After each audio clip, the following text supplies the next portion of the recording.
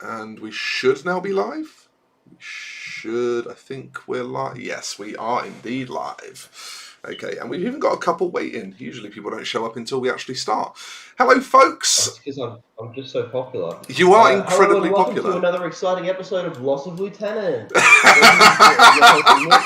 And my co-host today, we have... Amazing. Yeah, okay, you can present. That's absolutely fine with me. Hi, I'm that Mr. Shy. I'm the guy that's brand new to this game and came here to get his ass kicked. No, come on, Nick, you're in charge, man. I just wanted to try and sneak that in for you, but no, go ahead with your proper introduction. Amazing, love it. Yeah, so welcome to the stream, folks. We're playing a 25-point Code 1 battle today, and my opponent is the very funny man that you heard right at the start of the show there. Nick, why don't you introduce yourself? Why don't you tell the people who you are and where you're from and what you're doing today?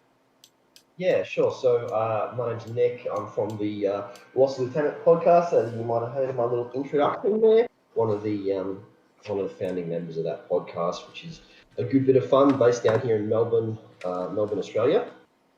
And yeah, I've been playing Infinity for 4 or 5 years now. I think I started midway through End 3, and yeah, as soon as I started playing Infinity, I was like, this is what focus. Just like ticks every single one. This is what I'm looking for. It's in a miniatures war game. It's always kind of wild to me how Australia has such a strong Infinity scene. Like, I guess for some reason in my head, I'm so used to like the UK and America where GW is completely dominant and no one else really gets a look in. And Infinity, like, there are so many A, content creators and B, tournament organisers in Australia for Infinity. It's crazy. Yeah, I mean, like there is a very strong wargaming community in Australia, and it's funny. It's like when you think of Australia, you think of like people doing stuff outside and shrimp on the barbie and all that sort of stuff. But so wargaming is even kind of like a counterculture to that. Yeah. And because of that, it's like people really gravitate towards it. Of course, yeah. As pushback on I think the stereotypical Australian might be. In saying that as well, like in terms of like the Infinity community, we've had some really great community members and war cores and things, and people that just have really brought forward the community. Yeah, I just need to apologise as well if I'm sounding a bit drowsy. It's because I got up at 5:45 a.m. It is just after 6 in the morning for you.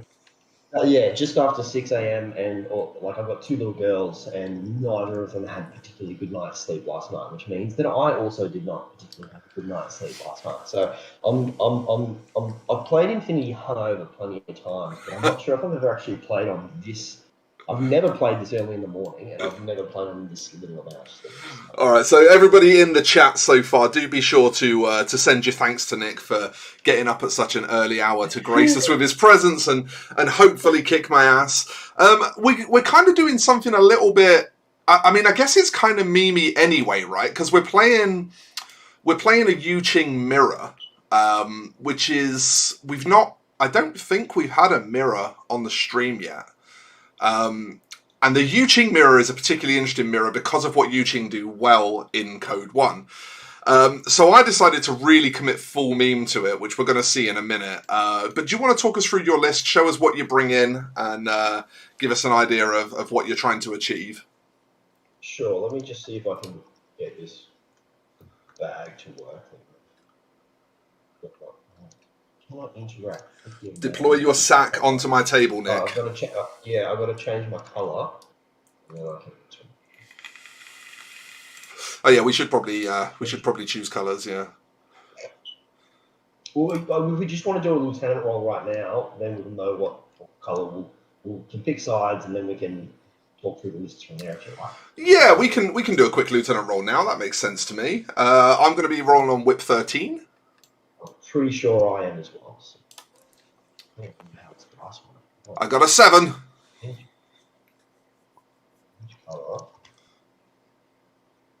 seconds. Oh, here it goes. 14. Let me just double check and make sure my Lieutenant Whip is not 14. Okay, Because because some that of would the be a crit. lieutenants do have 14. Yeah, that's right. That's right. So I'm pretty sure it's 13, but I just need to double check. Yeah, that definitely matters. No, it was 13. Sorry. Okay. Okay. What would you like? I want the side I'm You on, can pick so either you want to pick sides and I guess deploy in order. So are you deploying first, or would you like to deploy second? I think I want to. I think specifically for this mission, I want to choose whether or not I'm going first, so I'll let you keep deployment. Oh, okay, right. In that case, So you can change yeah, table also, side if you wish. I also. So let me have a look at this. You really hit me here with my lack of sleep, but now I have to make an investigation at the table. Should take a minute to point out as well that this stunning map is from the IGL, the Infinity Global League Hall of Fame map pack.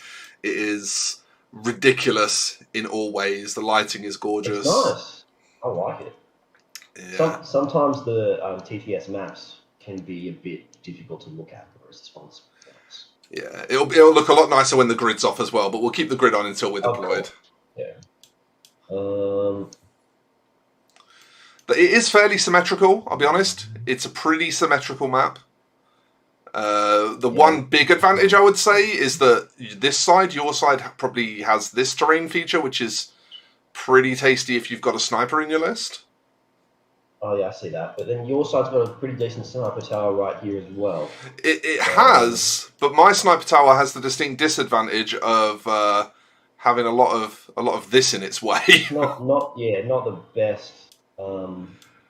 Yeah, I guess I'll keep. So you've decided you've already said you're going first. You decided you're. I want to go first. Yeah. Okay, so I'll deploy on this table side that I'm already on, and you can deploy first. Okay, cool. Let's take a look at your army first, then. Okay, perfect. Yeah, and now that I've got the color, I have to interact with this. For those of you in the chat that aren't familiar with Infinity, I know some people will probably be watching this for the first time. We're playing Code 1 here, so this is the kind of simplified, slightly stripped back version of Infinity. It's a lot more beginner friendly. There's far fewer rules to learn, and it's pretty easy to pick up. So with any luck, between just asking a couple of questions and sort of following along with what we're doing here, you'll probably get pretty much the gist of what's going down. It's a fairly straightforward game in this format. It certainly can get more complicated, but it's not too bad like this. Are you putting miniatures on the table? Yeah, no, I just put them all down inside my little blue box here, which, because I'm blue side, I can usually see inside of it, but then it will disappear. Let me just load it up again. Oh my goodness. Keep change color. Pink? Where are they all for? Yeah, weird. How strange. Oh, wait. There's a purple, and there's overlaid with the purple, there's a blue. Yeah, I see it. Yeah, the red is underneath the orange as well. Oh, that's difficult. I wonder why it's doing that. I've never seen it do that before. I wonder if that's something to do with this map pack. Could be. I don't know. It's like I've never seen this many different colours to pick from. Here we go, blue. Okay, I've got it. Okay. Callum says morning from bed in Melbourne. G'day, Ben.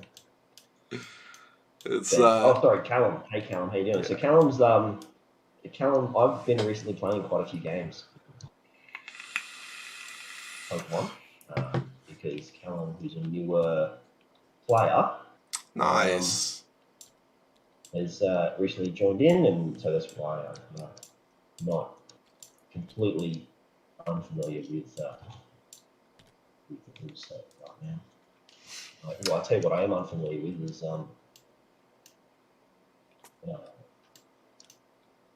Tabletop Simulator, because I keep picking stuff up and moving it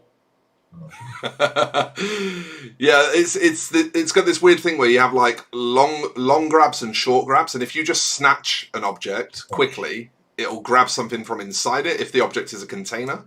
So if you're picking up anything that's a container, you have to kind of hold on it for a second until it picks up, and then it'll move.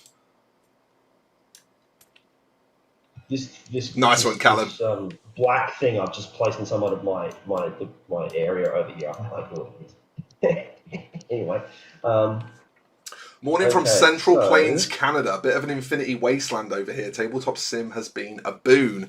It's been a boon, I think, for a lot of people. It's been really wonderful, especially with lockdowns and everything. And it's oh, you've got a lot of camo for a Yu Jing player. Okay, let's hear what you've got, Nick. So,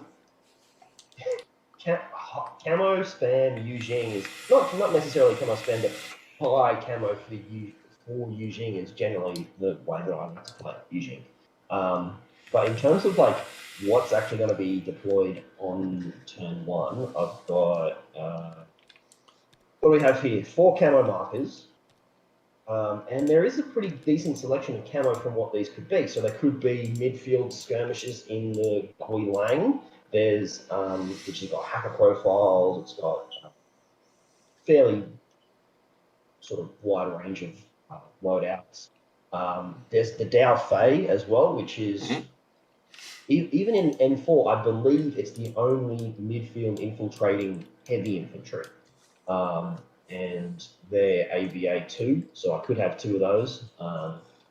Then we've got the Hundun as well, which is like a deployment piece that deploys in your deployment zone. You can have a missile launcher, a multi-sniper rifle, or a marksman rifle.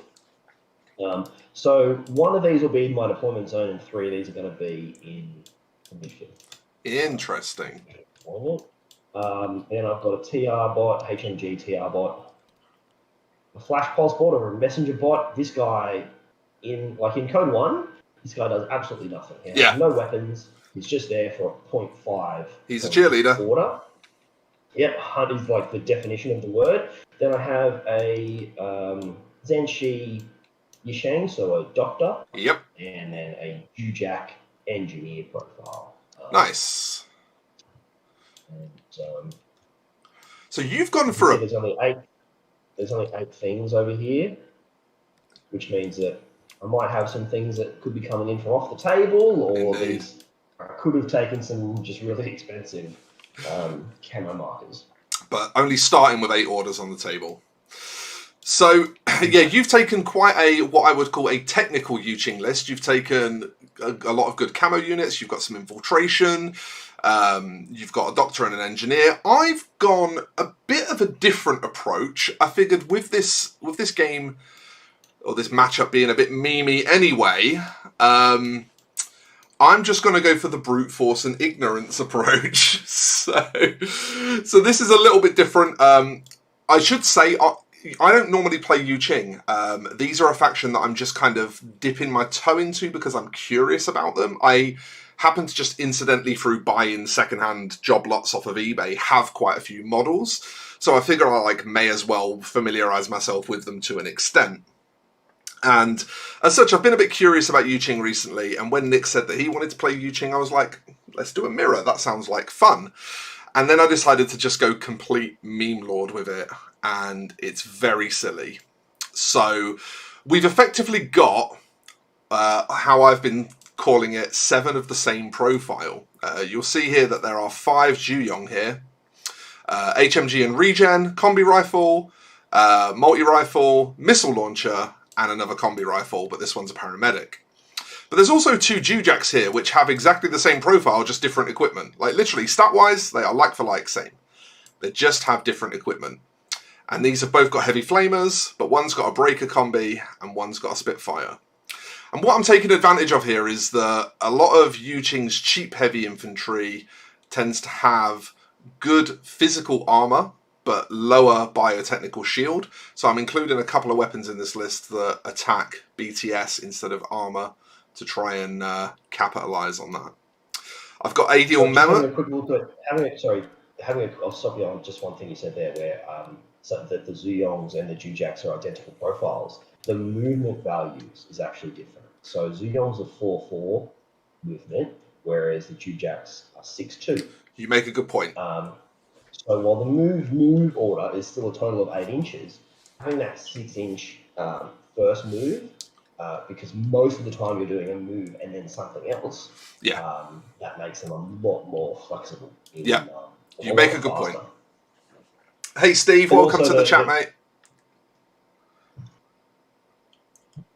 Sorry, carry on, Nick. Go on. No, that's all right. I was just going to make a joke that the other very important thing you missed out is that Zhu Yong have close combat 17, whereas Jujaks have close combat 16. So watch out. But yeah, the point I was trying to make is they are functionally very, very similar, just with different units. So the meme is that we're basically playing 7 of the same profile, which is not entirely true, but is kind of true, and it's pretty funny. We have got a missile launcher in there, so that's a BS-13 missile launcher. We've also got a total reaction bot on my side, so you'll find most people will take these in killy missions. They're good in a lot of missions. We've got a couple of doctors. We've got a paramedic here with the Zhuyong, and then we've got a Zhanxi paramedic that's got a Yao Zhao attached to it. Reason that this one's got a Yao Zhao attached to it is because this one's much more fragile, so I can take bigger risks with its Yao Zhao and not risk losing a paramedic, whereas this one is a little bit more hardy, so it can risk being in combat a bit more. And then finally, rounding off the list is Adel. Adel is a character. It's another breaker combi, so it gives me 2 breaker combis in the list. Gives me 2 ways to attack BTS. Adel also has a +1 burst nanopulsar, so he has a good up-close BTS weapon. And he has a monofilament CC weapon and a para CC weapon -6. So if Adel... He's a beast in close combat. Yeah, if Adel makes it into combat, he's really scary. He already has martial arts level 2 and CC attack -3 as well. So, where's the martial arts table? Oh wow, yeah. So if you use your para close combat weapon, you can straight up put someone at -12. Yeah. So with his martial arts level 2 gives a -3 to the opponent's roll. +3, -3. Yeah. The CC attack -3 gives another -3, and then his -6 para CC weapon gives -6. -12 is the maximum negative modifier you can put on an opponent. So you're going to be 23 CC, effectively 26 CC because of your martial arts, and then you're also putting your opponent at a -12. There's basically nothing that beats Adel in combat. He is insane. So, quite looking forward to attempting to get him into combat. He'll probably get blown up on the way in. But, with all of that said, we should probably make a start. And it's you said it's me to deploy first, right? That's correct, yes. You're deploying first. Okie dokie. So, let's start thinking about deployment for this absolute meme lord list. We do each have a reserve, and I'm going to reserve my TR bot because I want to see what I want to pin down with it before I commit to where it's going. 12-inch deployment zones for this mission, which is why we're leaving the grid on, because the grid is in 4-inch squares, so it's anything up to the 3rd line. Nice and simple. I think the first thing I want to do is perch my missile launcher up in this tower, and we can get anywhere we like in this tower. So we're going to nudge right into cover because behave TTS. We're going to nudge him right up into cover because the line comes level with the windowsill, and from there he's got some really nice firing lines, and if he needs to he can always jump up onto the top here. Adel's been given the kiss of death there. Yeah, Adel's going to get absolutely massacred in this game, I guarantee it. Right, now let's start thinking about... so you're going to be a running around guy, you're going to be a running around guy, you're going to be a running around guy, you're a medium range guy, you're a running around guy, you're a hide somewhere and try not to get in trouble kind of girl. What I'm going to do is I'm going to just put the army code for my list in the YouTube chat, so that if anyone who's watching wants to have a bit of an idea on what's hiding underneath my camo markers, they can check that out. That is a wonderful idea. Thank you so much. That is very thoughtful. So Nick was just saying he's going to post his army code. If you don't know how to use that, if you go to infinitytheuniverse.com/army, you'll get the Infinity Army app, and you can load lists using codes. And Nick's going to put one such code into the chat now, which will show you his list. I think I want an HMG up in here.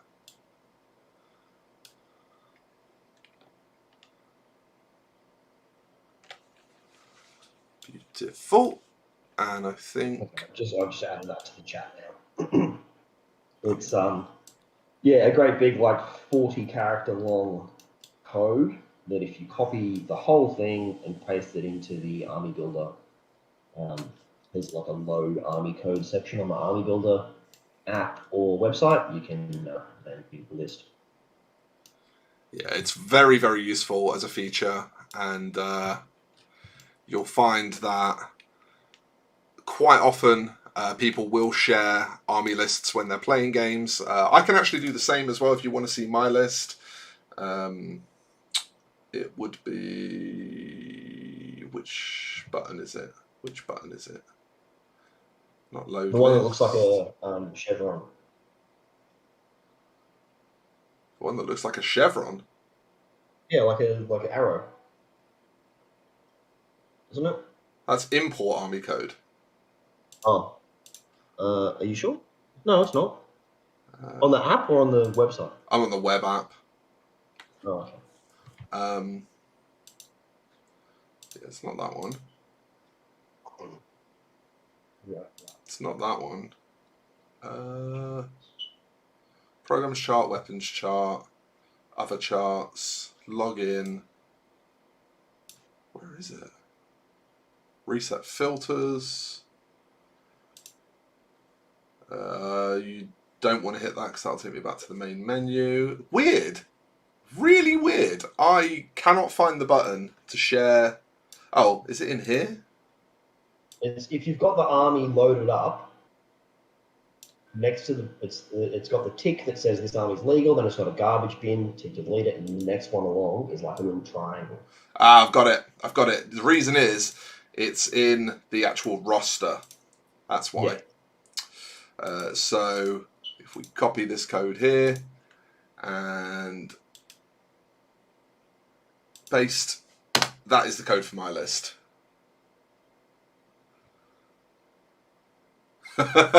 Callum throwing some shade on your audio. To be fair, Callum, mine's not wonderful today because for some reason. Is it I can change microphones. I can line up my podcast with microphone if you want. I was going to say my lav mic isn't working properly, and it's running really quiet for some reason, and I cannot be bothered to figure out what's wrong with it. It probably just needs a new battery, but I'm actually using my webcam's built-in mic at the moment, which is not something I would normally be happy to do. Just bear with me. I'm just going to change mics. Yeah, sure.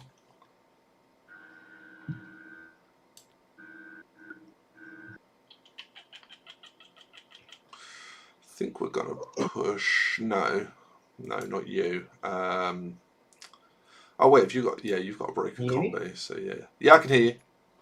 Check. Sounds crystal clear.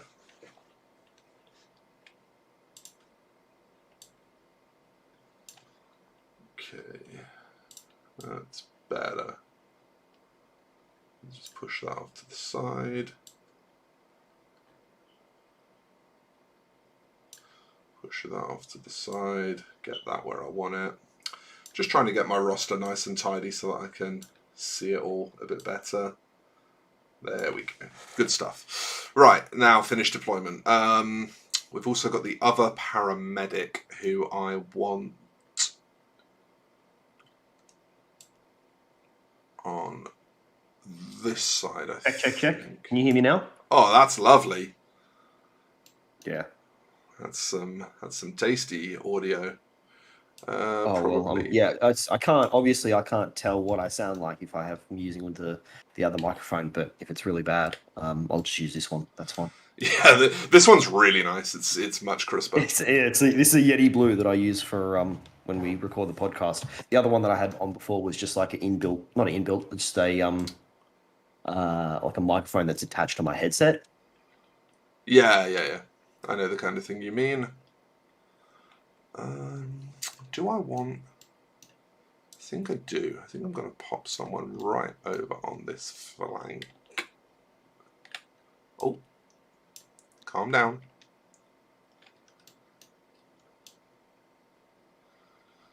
Okay. We're good on my side except for my holdback. Okay, let me just have a quick look at what we've thrown down. We got Xeon down. Yeah, the let me... side, in the I middle. always forget to check what I want to deploy prone. Just give me a second to... just to see what, if anything, is deploying prone. I'm going first, so probably not. And to be fair... yeah, probably nothing. There's a few infinite height buildings here as well. My goodness, I just noticed that. These ones with the blue, what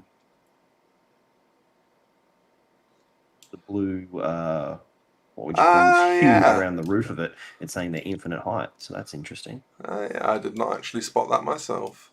That's pretty cool. Definitely means there's much less fire lanes from the higher vantage points, but Yeah. there's still some decent lines. I mean, this game is probably still going to be a bloodbath anyway, right? Okay, let's see what you're doing then. It's your turn to deploy. Okay, so let me just double check which one's which. Okay, these ones.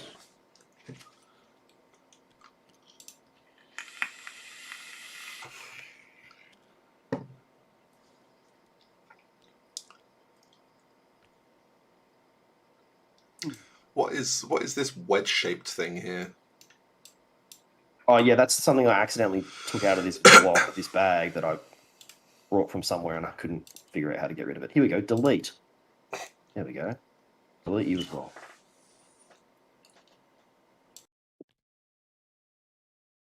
Oh. Okay. Now, where's the midpoint line? This one's the midpoint, isn't it? Yeah. Hey, Mikey, how you doing? Midpoint line is it's the one that meets in a cross on this building here. Sure. Well, I've also noticed this map is already laid out with 4 consoles for domination. That's pretty handy to know. Well, that's handy. Yeah, if I ever want a map to play domination on, this one's already got the consoles.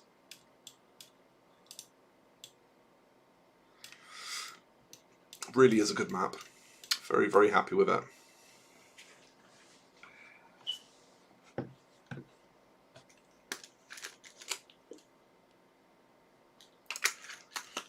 Yeah, always have to be a little bit careful with audio levels on YouTube.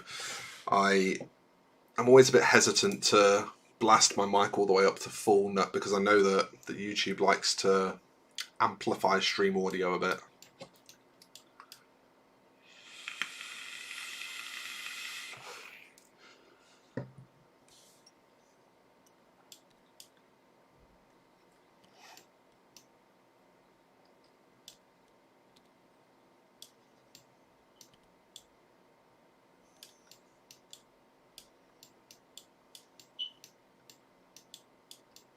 Oh, we've got a sniper.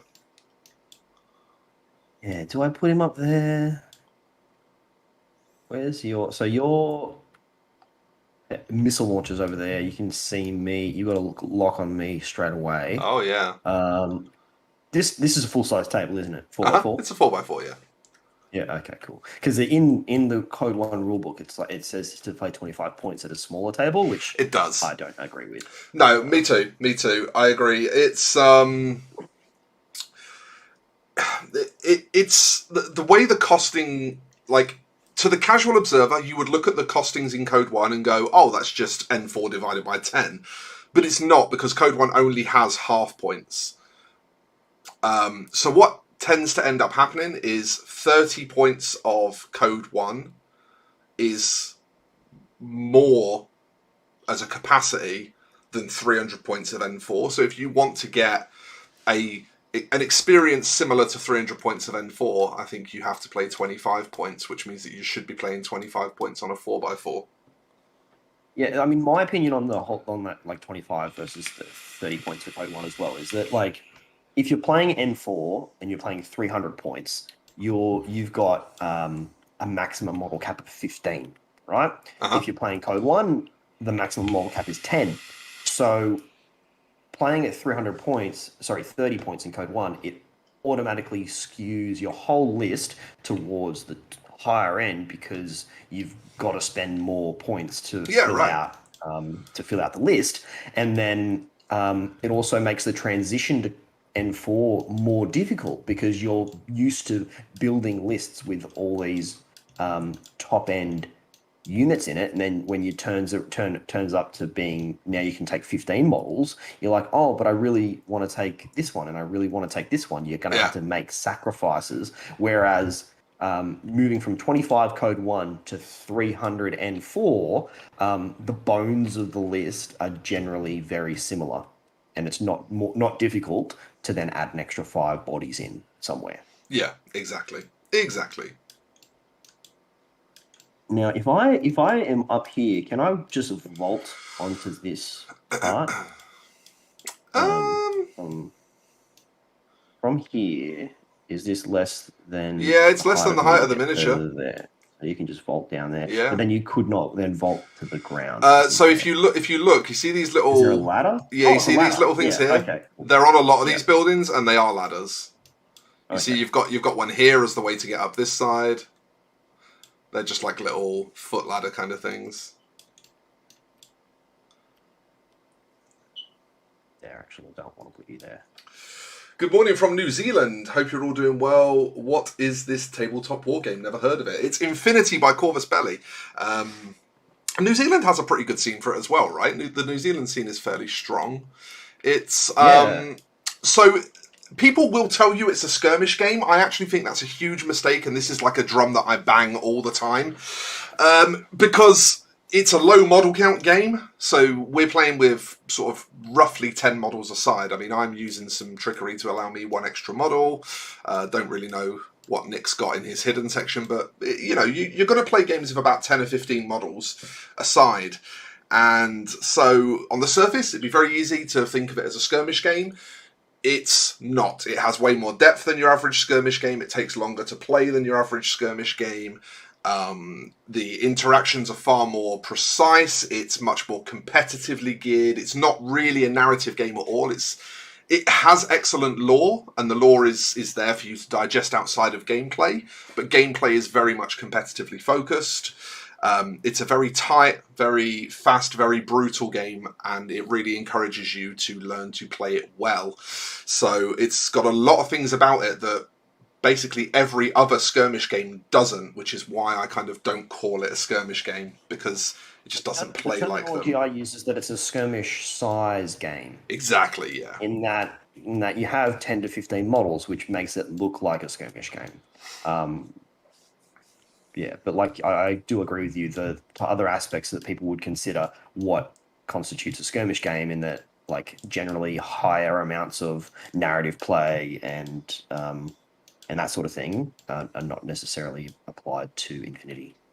Yeah, exactly. But Down in the Blunder, it is very cool. It's got a really cool sort of cyberpunk / manga style into it.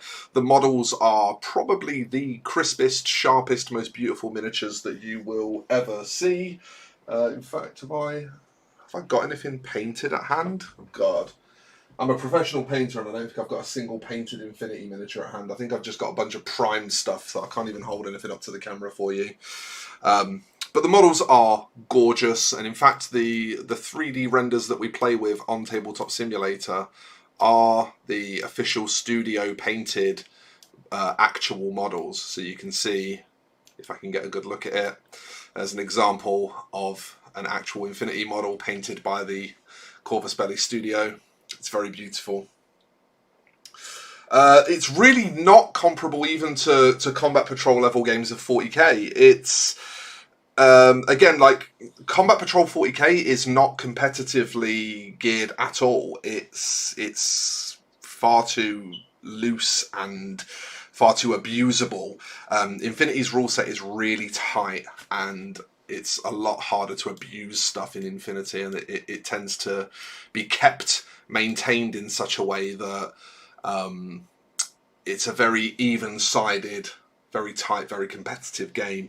There's not really much you can compare it to, which I know is awkward because, of course, you have to compare everything to 40k, because 40k is the game that everyone knows. So, like, I totally get why that would be what people would want to compare it to, but it's so different, so different to 40k.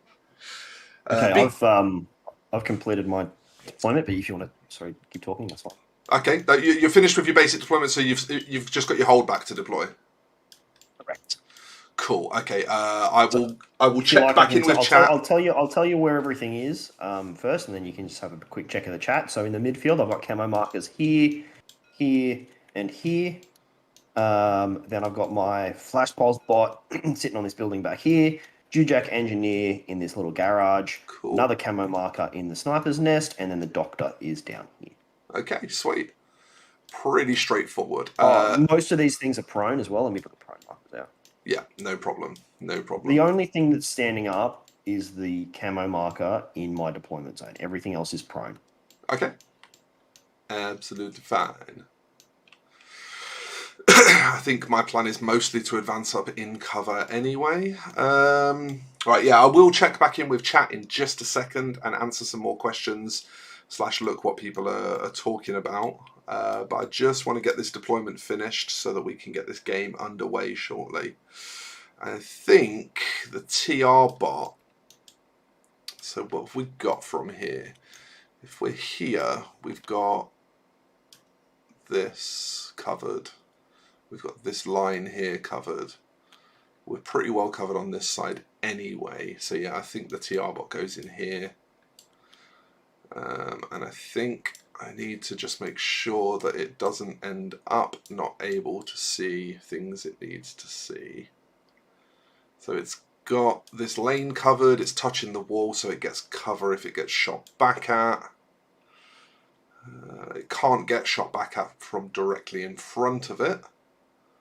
There's literally nothing that will be able to do that as far as I can tell. Yeah, I think we're good. Okay, yeah, if you want to deploy your holdback, and then I will catch up with chat. My reserve model is also a TR bot. Nice. And I was planning on putting him right here. Oh, we're going to have the... directly onto your TR We're going to have the bot off. Did you have an engineer? No. Like I foreplanned that much. I told you this list is a meme. Yeah.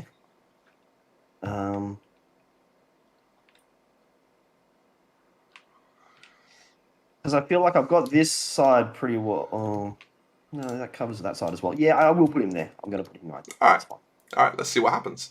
I'm going to turn the grid off now, and then we'll just very briefly catch up with chat, and then we'll start play. Okay, so B Noble says, good afternoon from the USA. Curious, when are you planning on doing an N4 game with TTS? I played, B Noble, my first game of N4 on TTS 2 days ago, I believe it was, with Head Chime. It was really cool. I enjoyed it very much. We played a very simple game. I just played a pretty straightforward O12 list with only a couple of kind of new to N4 things. But once I've got a few more games under my belt, once I've got, maybe 10 or 15 games of N4 under my belt, then I'll probably be comfortable enough to start streaming it.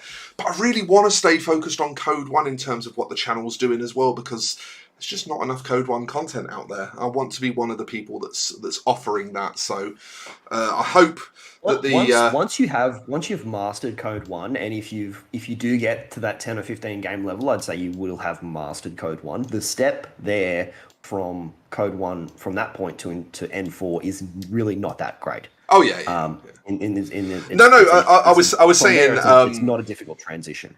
No, I've already played more than 10 or 15 games of Code 1. I've probably played approaching 20 games of Code 1 now. I was saying more when I've played like 10 or 15 games of N4.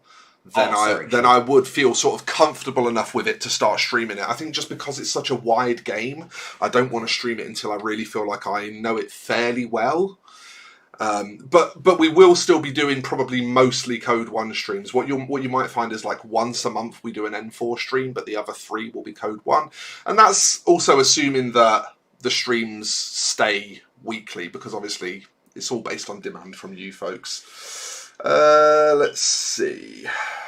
Do people tend to proxy in C1 a lot? Yeah, just as much as they do in N4.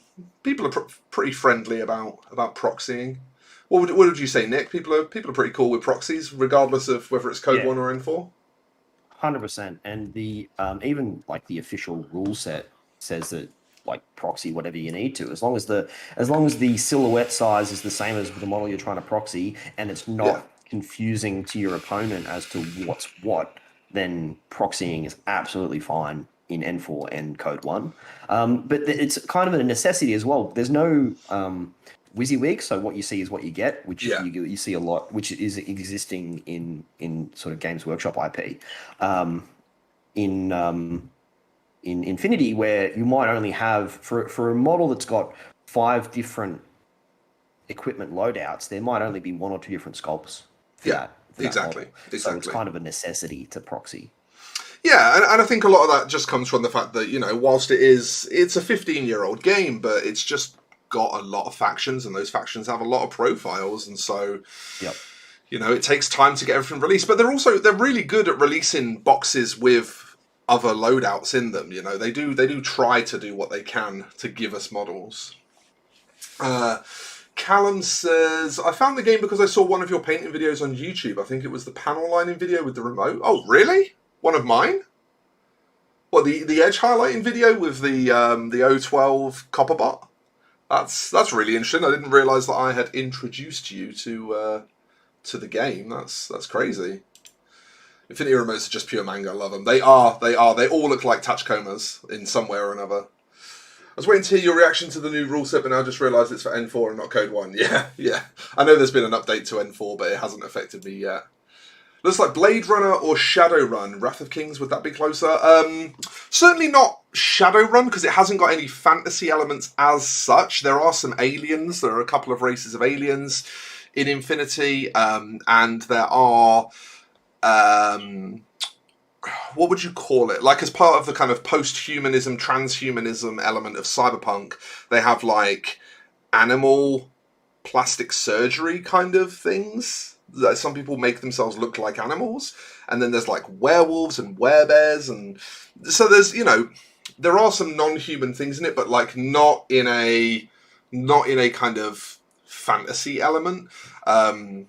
Very Ghost in the Shell, very Altered Carbon, very Cyberpunk 2020/2077. Those are the kind of things that you want to be thinking of to kind of capture. Ghost in the Shell's another good one, as Steve suggests. I guess more like Necromunda than Combat Patrol. Yeah, although even Necromunda's very kind of narratively focused. Right, I mean, Necromunda was actually the first miniatures game I ever played. I picked it up when I was in year 4, when I was like 10 years old, back in like 1996 or something. And Necromunda is always focused towards the campaign, right? You're trying to build up your gang and you get your different prospects and things going. Whereas, and even like the action reaction dynamic of Infinity, I've not experienced in any other game. No, there's nothing like ever, it. Which does mean that Infinity kind of stands out on its own in the way that it kind of operates. Mm-hmm. I agree. Yeah, I feel like the new Kill Team has tried to borrow a few things from Infinity. Especially the way like opposed roles work now in Kill Team feels a lot more similar to face-to-face roles in Infinity. Mm-hmm. But yeah, it really does stand out as its own thing. You really need to try playing it in order to kind of get what it's all about. Mikey says, I like Code 1 content. That's good to hear. I'm a big fan. Oh, hey, Evie, how you doing? That's Evie from Lazy Dragon Gaming. Those are my sponsors, the lovely people at Lazy Dragon. Noticed you were live and thought I'd stop by and say hi. Well, it's lovely to have you. We're going to be playing some Infinity Code 1. That's what this table is set up for. So if you want to stick around, you're more than welcome to. Reproxies, there are a bunch of models in Yu Jing that just don't have profiles in Code 1. Yep, that is also true. Older models definitely do have a less modern look. Agreed. Yep, there's certainly, especially the very early hand sculpted stuff, looks nothing like the computer sculpted stuff. Looking at some of the real older sculpts versus the newer ones, it's like the some of the older ones are definitely potato sculpts. Yeah. But like anything that they're coming that's been brought out in the past 3 or 4 years, which is the majority of the range. I'm not even sure if there's much at all that's still available of the older sculpts. It's all been, what is it, like CAD designed? Yeah. And it's just gorgeous. Amazing. Yeah, absolutely stunning. Right, just a couple more questions then, and then we'll get on with gameplay. Fidel says they picked up the JSA Army Pack specifically because they have Ghost in the Shell characters with a slightly different colour palette. Yeah, if you, I don't know if you'll be able to see this from here, but if you look on the wall just over there, you'll see my JSA poster. My wallpaper is also that JSA poster, and I have the JSA Army Pack and quite a lot of boxed JSA ready for me to start painting. They are going to be my first N4 army, and I love the aesthetics of them. I just really hope we get a new Oyuroi sculpt sometime soon, because the Oyuroi looks fucking weird. I really want a new one. And then the last question, one thing I love about Corvus Belli is that they wear their inspirations on their sleeve. They do, yeah, they're very open. They don't do the Games Workshop thing of like just kind of borrowing heavily from other people's ideas and then trying to hide it under a bunch of in-universe canon. They just kind of make it very clear and obvious. This element is inspired by this thing, and it's plain to see. You know, it's right there, and I really appreciate that. I like that non-smarmy approach to doing it. Right, we need to get this show on the road because we are nearly an hour in and we haven't even taken the first turn yet. So we've done one dice roll. We've done one dice roll, it's true, yeah. So I am going first, and I think the way we're going to play this... well, first order check, I'm starting with all my models on board, so we're generating 10 orders. We can very quickly put 10 orders on the board. I accidentally just put a double down there because I've got a lag spike. Oh, stupid lag spike. My TTS loves to lag on me. So we've got 10 orders plus a lieutenant order, 11 to play with. And we've got a few interesting things to think about here. We have a TR bot that is not prone. It's upright. It's standing up. Yeah, the only thing standing up, the TR bot and this camo marker in the tower. Yes. Everything else is prone. So I've tried to give you a couple of things to think about. Also, you've got to consider all my camo, which could all be hackers as well. So if you're moving too close to them, you might get spiked. Yeah, Evie, you and I need to have a chat about that because I would like to be buying my Infinity from you. We need to sit down and have a chat at some point because, yeah, I do want to be able to support you for my Infinity, seeing as that's the main thing that I spend my hobby money on. We will have a little chat about that at some point soon. And if my TTS can stop lagging again, I don't know what it is, but for some reason my TTS just has these little lag spikes constantly, and they can be quite disturbing. So we've got this TR bot up here, and this is the first thing that I'm really thinking about, because this thing that's up here, it's -3 discover, so there's no point in trying to discover it at long range. We need to try and get closer to it to discover it. We don't have any MSV to help counteract that -3, so the main thing we need to think about on turn 1 is this TR bot. Obviously, we can play Robot Wars. We can shoot it with our TR bot. We've also got this model here with an HMG and regen that can see it. Could take some shots at it. I don't think we've got anything else that can actually see it. And I do think that we could at least stand to spend a couple of orders seeing if we can get rid of it. What I'd really like is if my ML could see it, but I don't think my ML can see it. No. The angle's too steep. it is. This Yeah. And chest high wall. generally, here. the way that you'd want to look at TR bots is that because they get their full burst in the reaction, whereas usually a reaction shot is just burst 1. But in saying that, they are only ballistic skill 11 usually. So it's not too difficult. The maximum negative you can put someone at is neg 12. Yes. Right? If you can put a TR bot at neg 12, which is, if you've got the right tools, is not the hardest thing in the world to do, then you can shoot at it and it can't shoot back because 11 minus 12 means there's no negative numbers on a die. So exactly, yeah. If your target number is 0, you just don't get a roll, basically. It's not a system where a 1 always hits. So we've got 2 options. We either try and take some long-range shots. We have got a couple of HMGs that could take some long-range shots at this TR bot. That is an option.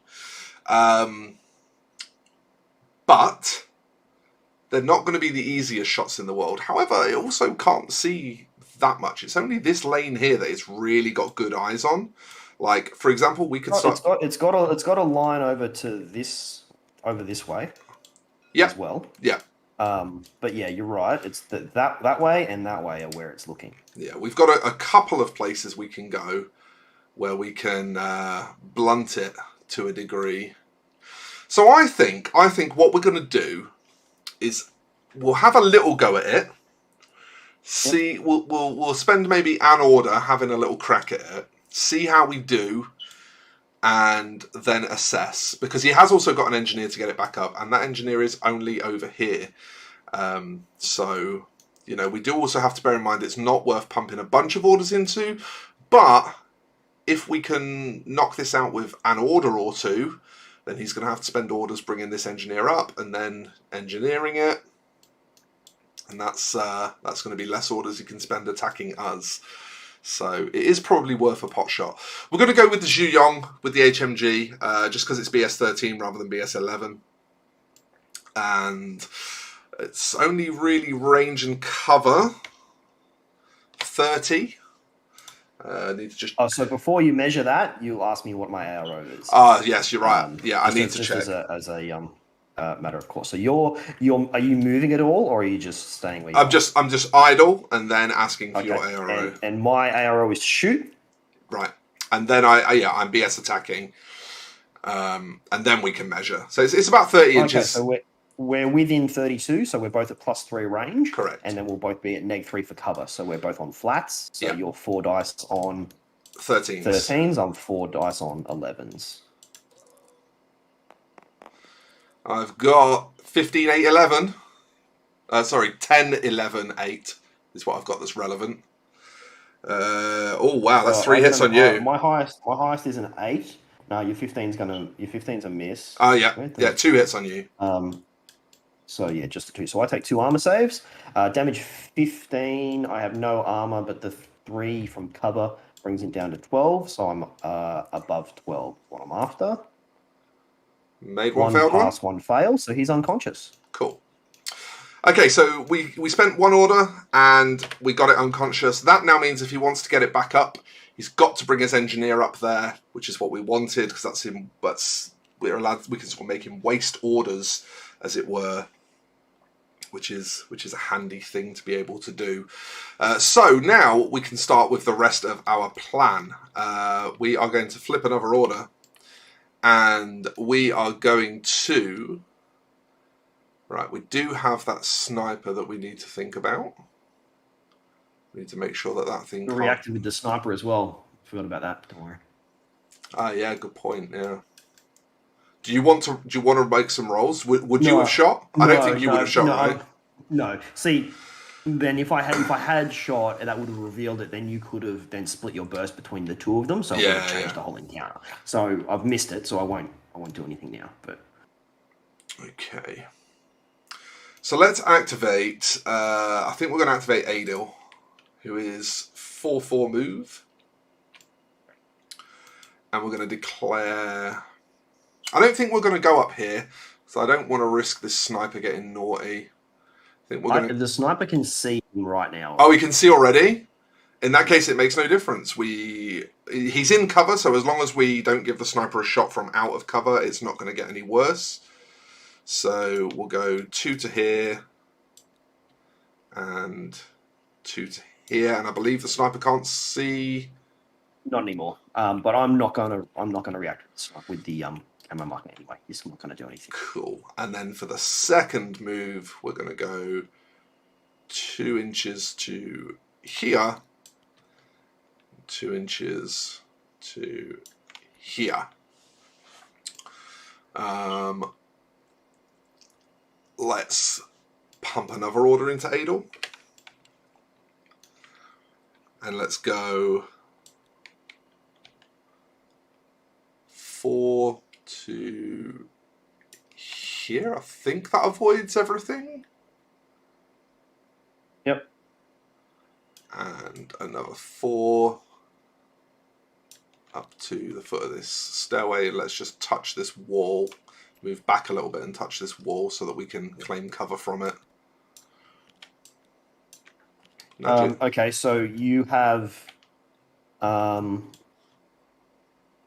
that second move, I'm just going to check and see if you moved into my what's call it?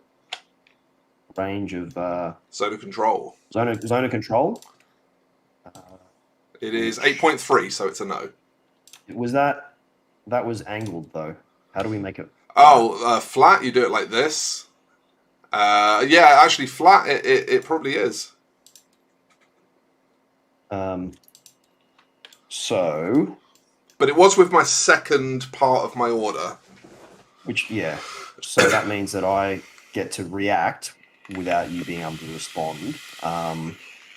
So I am going to reveal as a Guilang hacker, and I'm going to spotlight hack you.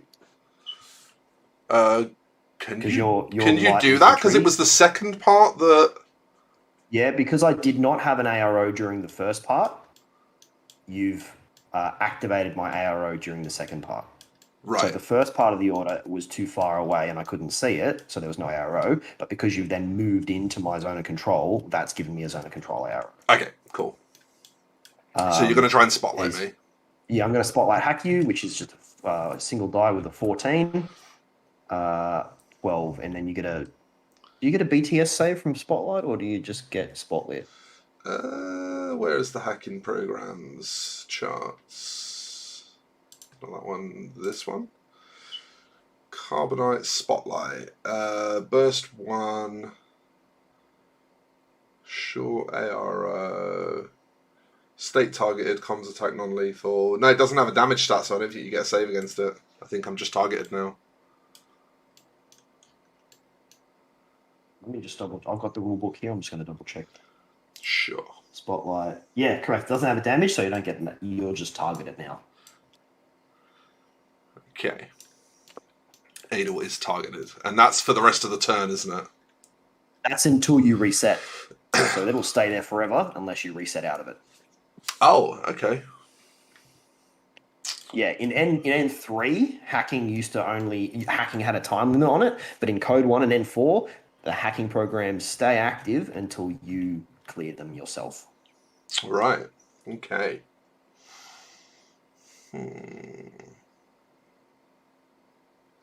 Do we want to just go chasing that hacker? The problem is the TR bot. But the TR bot's currently down, but then there is also the sniper. So we could just send Adel up there. Let's not just yet.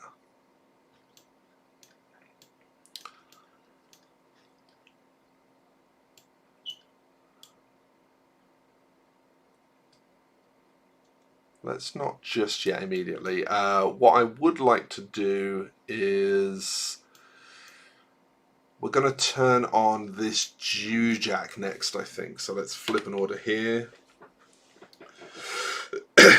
God damn it, I finally get to the stream and now I have to disappear. Oh, sorry, Moss. Have a good evening, mate. So this Jujak is going to activate. And we've got, these are, I believe, a 2-inch drop. So I'm pretty sure we can go 4 up to it and 2 down it. That's 3 up to it. You measure that? Because sometimes those buildings are 3 inches. I'm pretty sure this one isn't, but yeah, we can. 3D ruler. 2, yeah. There you go. Yeah, 2-ish. all good. Go for it. So then 2 to get to the bottom, and then we've got about another inch left. Yep. Is there anything that sees us at the moment? No. But also, you're getting close to this guy's zone of control. That's okay. So we'll just pop out a little bit more there. Yep. So that's our first move. I think we're just... What are they, 6'2"? Are they dodge +1? Yeah, they're 6'2", but they're dodge +1 inch. So let's... Oh, if you pass a dodge, you could get 3 inches. Yeah, that's what I'm saying. Movement. That's what I'm saying. Is it worth it for an inch, though? It's probably not. It's probably not worth trying to roll a 12 for an inch. Let's just tuck up to this cover. Nudgies. Now, I don't think that's going to be in my zone of control, but I'll just check. Yeah, it's not. No, it's way out. It's decent out. Yeah, I just want to try and get some good advancements into fairly safe spots. Okay, we should probably turn on this Yu Jing next.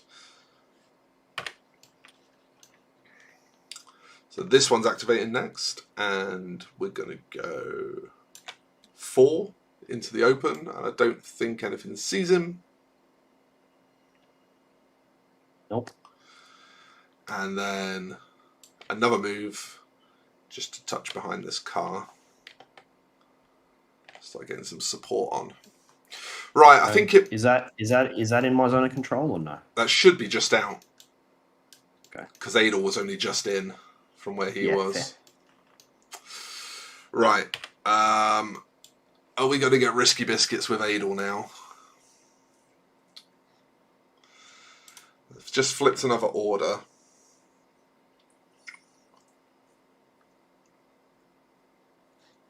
Okay. Let's go. What is this measure doing? He's... What? He was like here. Yeah. So... Why has my measure gone crazy? Oh, because it's in 3D mode again, that's why. Okay. So, 1/2 inch.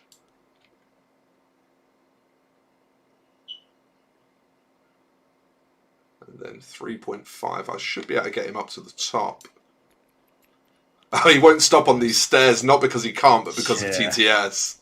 TTS steps are crazy. Oh, there you go. Hang on. I might have to put him on the top just because of TTS, but I'm trying to get him to stop on the steps.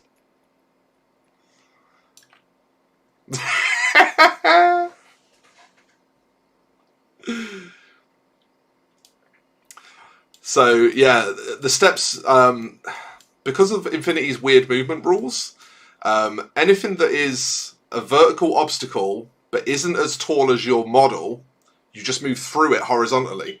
As if it were... steps are a bit different. Steps just count as a ramp. Oh, okay. So you actually measure up them. I was under the impression that you measured them horizontally. No. You do measure the length of the steps. You're not just vaulting up the steps and moving 4 inches forwards. The steps are a ramp, so you do have to measure the distance that goes up the steps. So in that case, I can only get like 3.5 inches up them. So I would have got like halfway up. I would have got to, yeah. So I'm pretty much bang on where your arrow is. Hey, Bobber, how you doing? Now, do I try and dodge somewhere to get in a better position, or I'm kind of happy where I am, so that's fine. Yeah. What's the second part of your order? I'm not going to react with this guy. This other camo marker is also not reacting, and that's it. Okay. So I think we'll do another... Are you able to just put a silhouette marker on the step that he's on? I just want to see if the sniper can see him yet. I don't think it can. But... I can try. Hang on, let me turn him into... This is the technical part that TTS does not like doing. No, oh, even he's close. fine. No, he's well down. He's well down. That's good. Yeah. So it's going to be... Let's see. Let's pop that there for a second, because we're now having to do some fuckery doodah. Back to 3D mode again. So it's 2.8 inches to get the rest of the way up the stairs. Right, if you move again to then be further up the steps past this little corner here, the prone Guilang will be able to see you from that corner.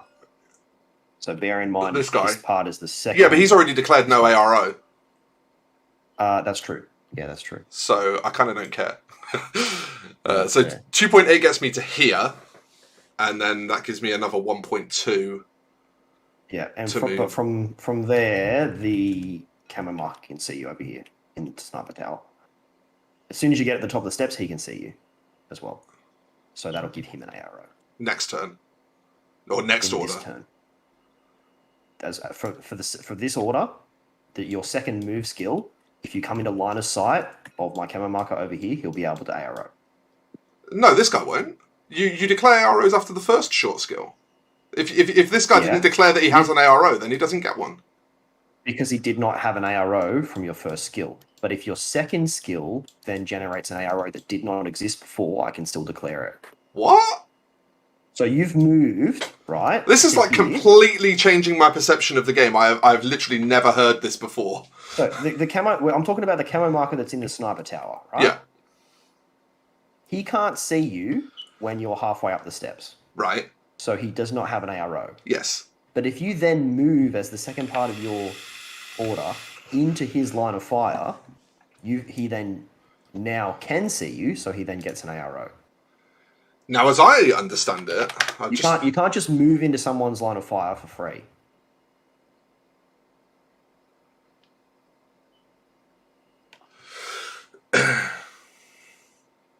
You there? Hang on, no, I'm just reading up.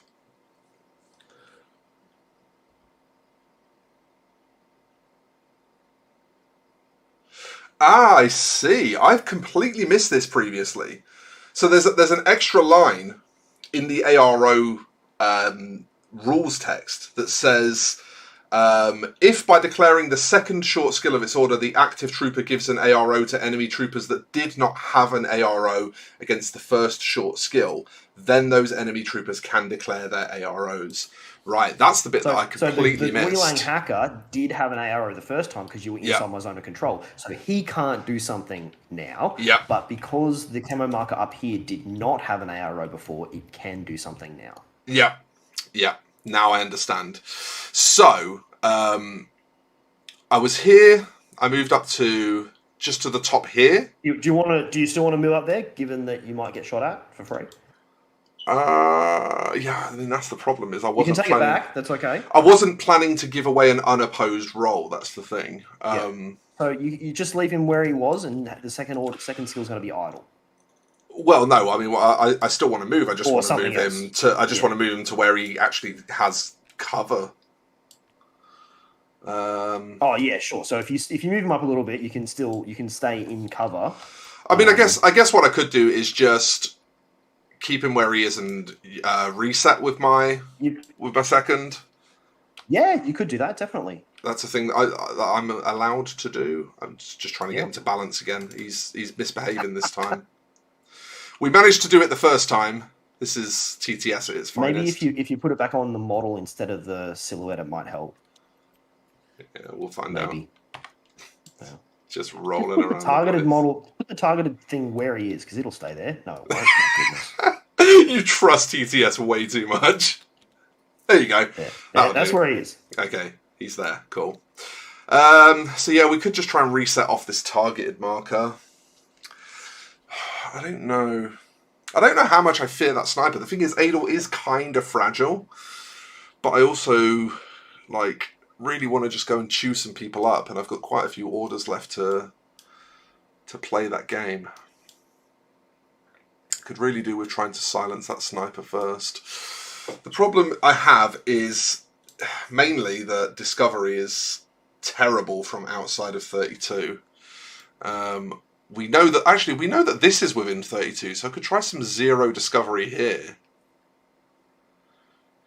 We could try and reset discovering here as well, though, because if you move and then discover, if I then just declare to shoot, I'm revealing myself, so it negates the discover. But it also means I get to shoot you unopposed. So, in my opinion, discovering is generally a waste of time. I want to try and act in a way that will force my opponent to reveal their camo markers for me. Yeah, that's a good point. Okay. Yeah, I see where you're coming from. And I think I have a plan that allows that. Let's flip another order. So your idling is the second part of that previous order? No, we're going to try and reset, sorry. Let's flip that order back. Let's try and get rid of that targeted state. So we're resetting here, which is just a whip roll, isn't it?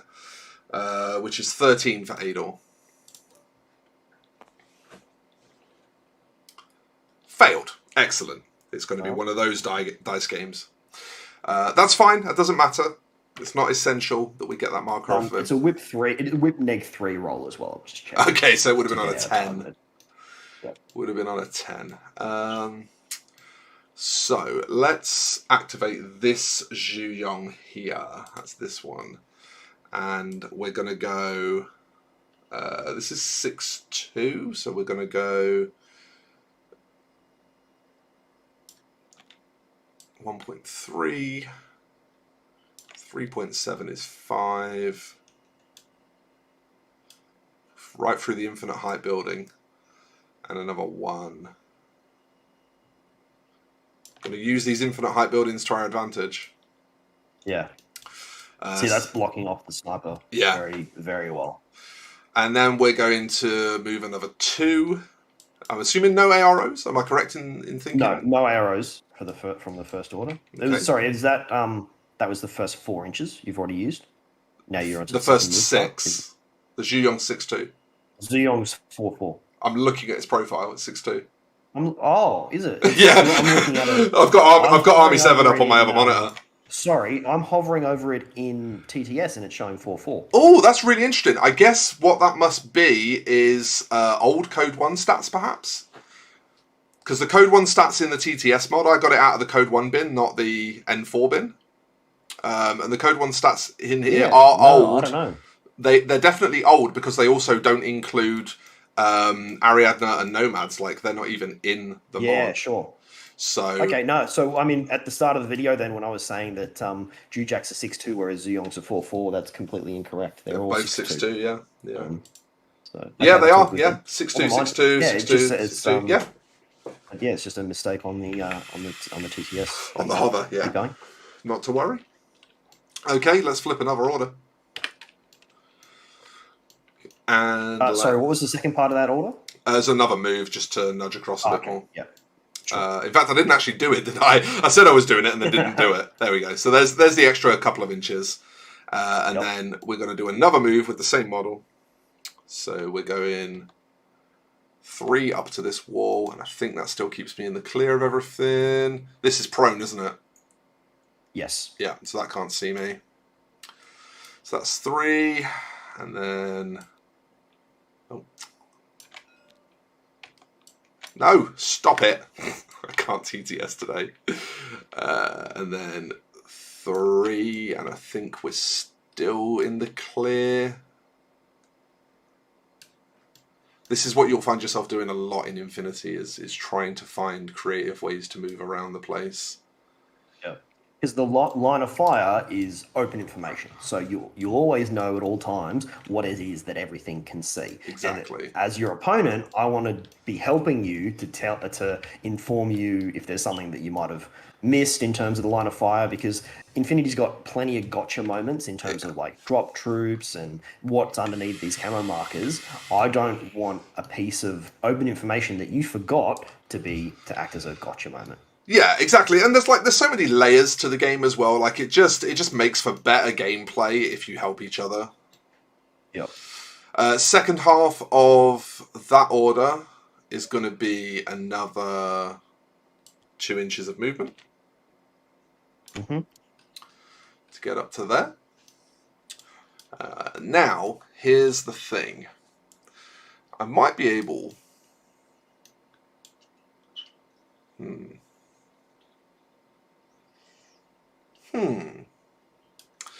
I'm wondering now if I come around here and then try to discover here.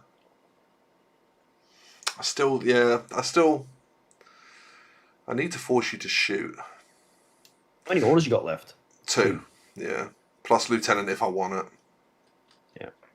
The problem I have is if I bring myself around to here, you can just delay and then, like, I have to discover, basically. So, like...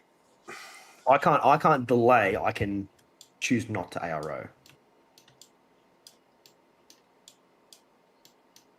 Oh, it's me that can delay versus a camo marker, isn't it? That's right.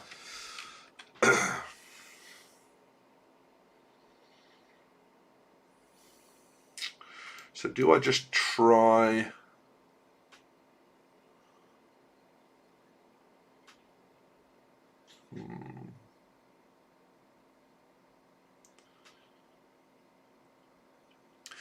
Okay. Let's flip one more order. I'm going to try something a bit saucy here. We're going to go 1 inch forward. And we're just poking out past here so that we can see you up there, but still have cover. My Guilang's going to get an ARO. Where's your Guilang? Right on the roof. He can, as a hacker. Oh yeah, I might have to do it from the other side, actually. I'm trying not to trigger a ton of AROs. He might be in your zone of control right now already. Nah, I wouldn't say so. Yeah, it is. 7.8.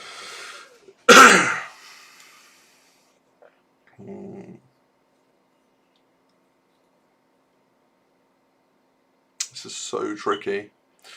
What a tricky game. Maybe I just camp it here. Maybe this is just a really good place to camp it to make your life difficult. No, I don't like that. Yeah, I think it's very open from other directions. Yeah, we got to do some shit. I'm going to move to here as I originally planned to.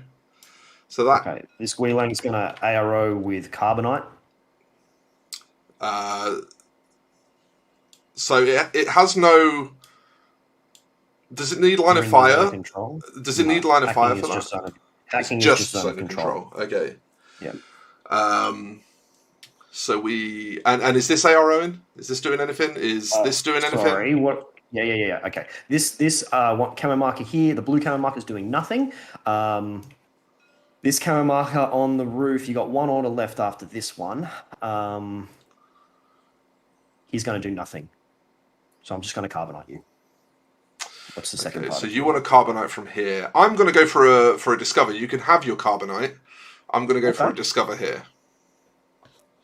I'll roll my Carbonite, which is a miss. I will check my range, which is 9.6, which puts my Discover at just a nice 0. And my Yu Jing is a whip 13. Got him. So whip 13, yeah, okay. So because did you take in mind neg 3 for mimetism, neg 3 for cover? Yeah, so it's 13. Yeah, I rolled a 7. 7 it's a crit, in fact, isn't it? 7 was what I needed. Yeah. There you go. It is a Undun missile launcher. Nice. Not missile launcher, multi sniper. Multi-sniper. Yeah, sorry. Sick. Do we now want to unleash Hellfire with this Lieutenant? Because we know it's 32 inches. Because the TR bot won't be able to see him. Yeah, let's do it. I'm going to flip my Lieutenant order. Yes. I'm saving 1 regular order because it depends on how this goes. LT. Yeah. Okay. And I'm going to declare idle. Okay, I'll shoot. Yep, and I will shoot back all 4 shots at the Okay. Hundred. We are at 33 inches. So you're at -3 for range. What? Hang on, we already measured this and it was 32 inches. No, we didn't. No, we measured to the TR bot. Oh, shit, you're right. Uh, Shit, that's a miscalculation on my part. You'll be at -3 for range, -3 for cover, -3 for mimetism. Yep, minus And 9. I'll be +3, -3, so I'm on 13. And I'm on 4s. You've still got 4 dice, though, right? Yeah, So yeah. That is a mess up on my part. I completely messed that up. But I have still got 4 dice. And yeah, I'm on 4s, which is not great. Let's see what happens. And I'm on 13. Well, I got a 2. 12. Oh, no, I got a 14. Fuck. Okay, so I actually... I almost landed on the 13, and then it just rolled back the other way to 14. Okay, so you got me with a 2? A miracle. Absolute miracle shot. Okay. Okay. Damage 15. This bang. 15, I got 3 armor and 3 cover, so... 10s. I need above 10. 10 or above. And I got a 20, I'm fine. He is super fine. Okay. That's all good. That's all good. So, who gets the last order? Yeah, no. Go on, what was you going to say? Oh, I was going to tell you what you might be able to do, but I may as well tell you anyway. Yeah, the Zhu Yong is going to be at good range to shoot a rifle. Yeah, that was the toss-up. He's also going to get hacked. Again, yeah. Yeah, so that was the toss-up, is do I just try and combi rifle you down? The problem is, against a damn 13 weapon, you're going to be saving on 8s. And I'm not sure how much I like you saving on 8s. Yeah.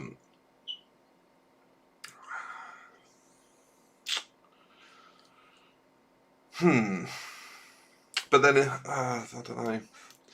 It's a toughie. It's a toughie. You are very well positioned. That's what's making my life so difficult. You are extremely well positioned. On my first rodeo.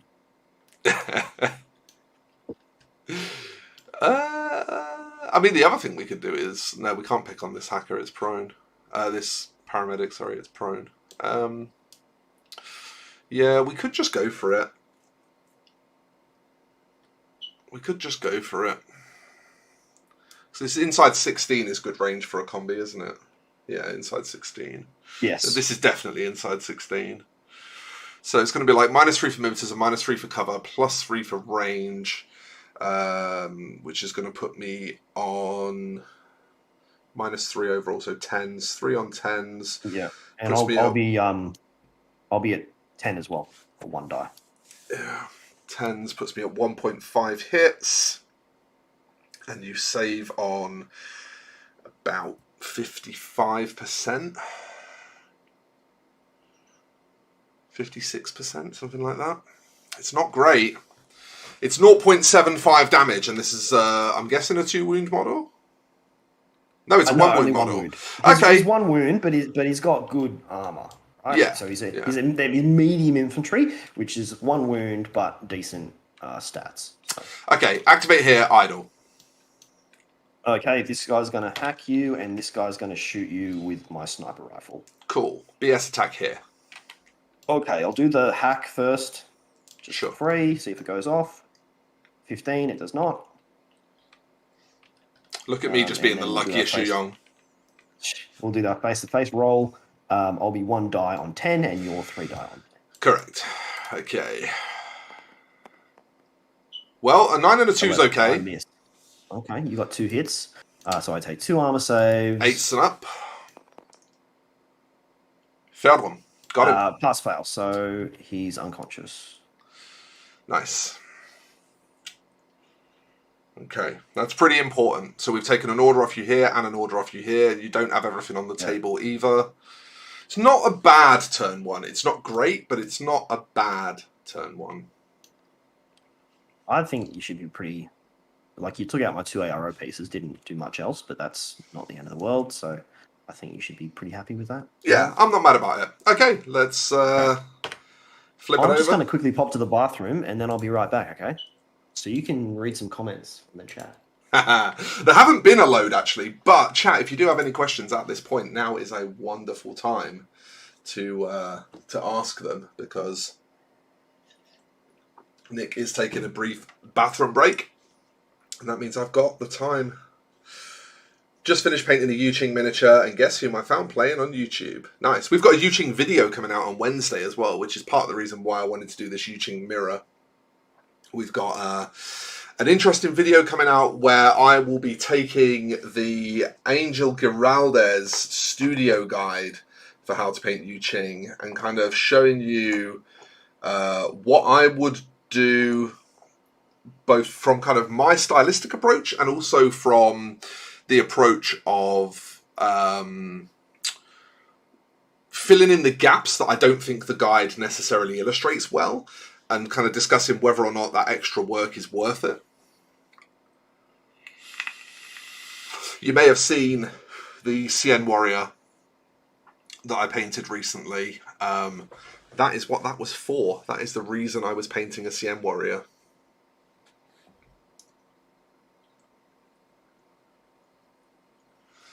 So it should be a pretty good video. I think it's going to be an interesting one.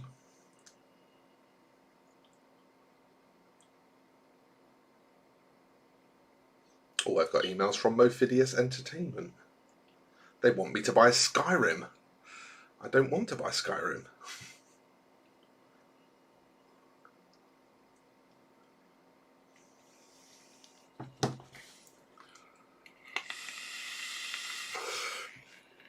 So yeah, just while Nick is still away, I'll explain what I was trying to achieve here. Without these ARO pieces, I'm in a position now where Nick's going to have to start moving around a lot more. And that's what I want him to do, because I'm still set up quite well with my ARO pieces. I've got my turret reaction bot here. I've got my missile launcher here. So what I'm trying to do is put him in a position where, in order to get any of the juicy targets that he wants to get, he has to pull out of cover. Back. Here he is. Okay, so it's going to be an interesting turn. Right, so I've got how many orders? 6 orders still? 1, 3 camo, 3, 4, 5, 6 orders, which is not a whole lot. Got my lieutenant order as well. There's some things out here in the open which I reckon I can get some beads on, so let's do it to it. Let's go. Where's that Jujak? There he is. What Jujak? There is no Jujak. Yeah, there's one over here. Sorry. No, there isn't. That's your imagination. But that's a bit of a tricky spot. Where's your deployment zone? Goes up to there. Paratroopers are coming in. First thing I'm going to do, I'm going to send an order that is off the table to walk on a Tiger soldier using his parachutist. Nice. If I walk here, nothing can see me. Is that right?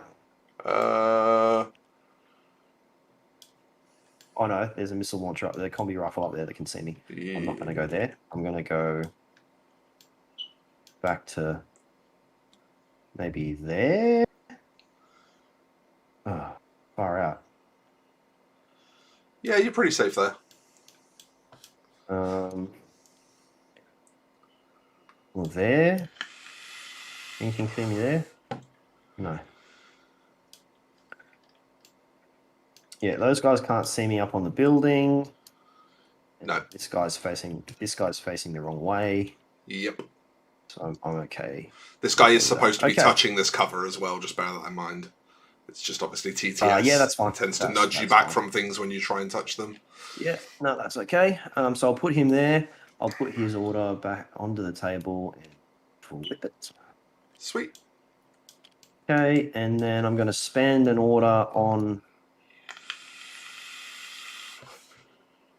If I move, no, actually, the TR bot can see me there. I'm not going to put him there. Oh, it can. Sorry, I completely missed that. It's like the tips of your toes. Right. Yeah. Right. There's no cautious move in Code 1, is there? There is not. No.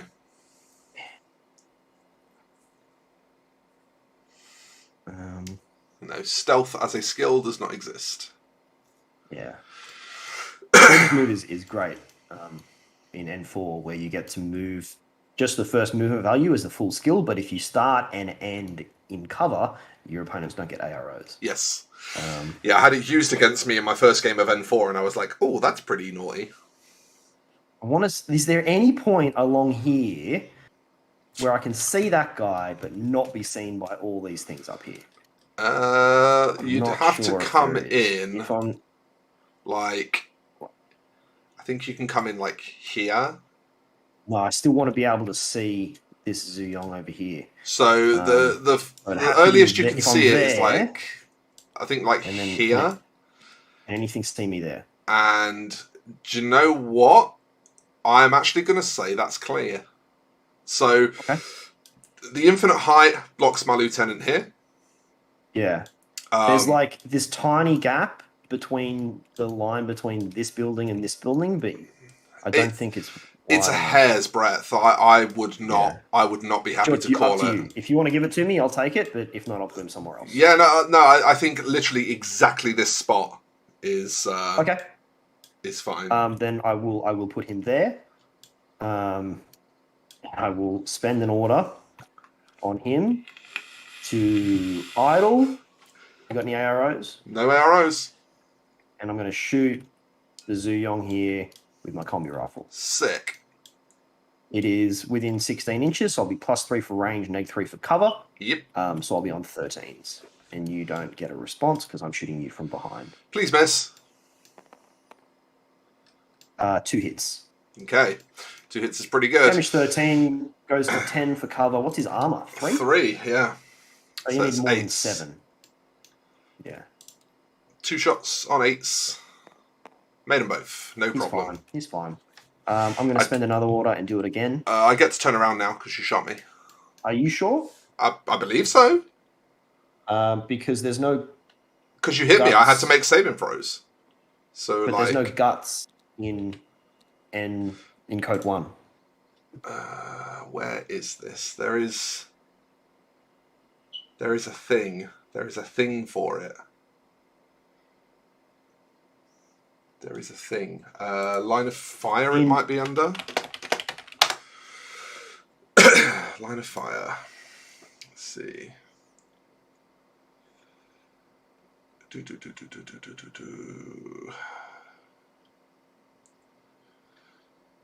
Where is it?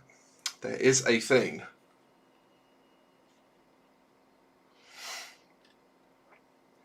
Where, like, yeah, if you get shot at, I'm sure you can turn around. I'm sure you can. Well, so, I mean, I know you can N4, which is part of the guts rule, which is where if you survive a encounter, if you didn't get an ARO, then you can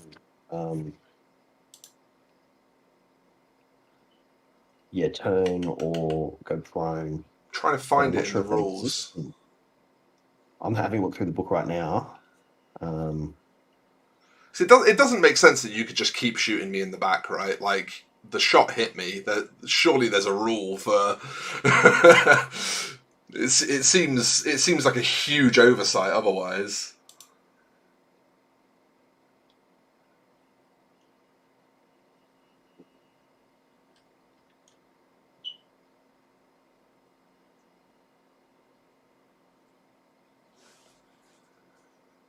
Alert.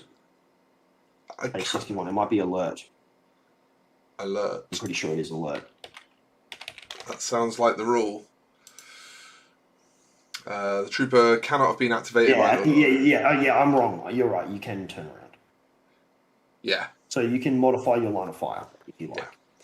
which is what I will do. Okay, go for it. I've already turned around. It's the yellow side is my facing. I've 180'd the model. Actually, wait a minute. Great. Wait a minute. Probably don't want to go all the way around. Because I've got a lot of angles on this model, so Yeah, That's we probably want to why I go like want to- this, because like this guy's down. This Zanshi can't see. This guy's down. It's really these two that are the threats, and if we go like that, we can see these two if they pop up, and we can still see this. So yeah, that's the way to go. Okay. 6-2 from Jujak. So I bring him around and get another shot in your rear. What's he got? A boarding shotgun. Yeah. Are you touching this bit of wall as well? Or Yeah, are I'm you on the right in this corner? diagonal. Yeah, Touching both of them? Okay, cool. That's fine. I was using that terrain feature to my advantage. Yeah, that's fair.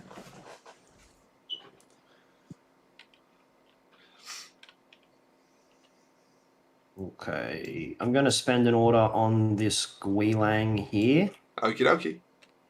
and he's going to move. He's going to stay prone, and he's going to move just 2 inches. Remember, Adel's here. Yeah, I know. That's why I'm moving over there. Okay. 2 inches to there. Touch. Oh my goodness. No. You stay. Okay. Arrows from the Ziyong and from Adil. So yeah, my missile launcher guy's going to see you.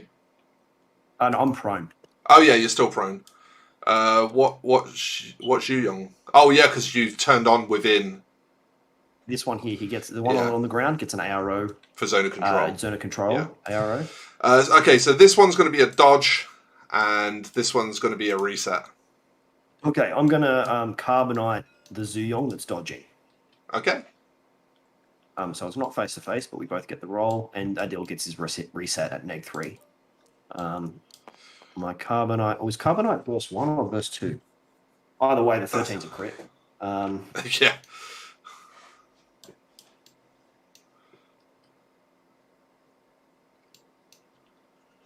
My 7 was on this dodge. I was rolling that first.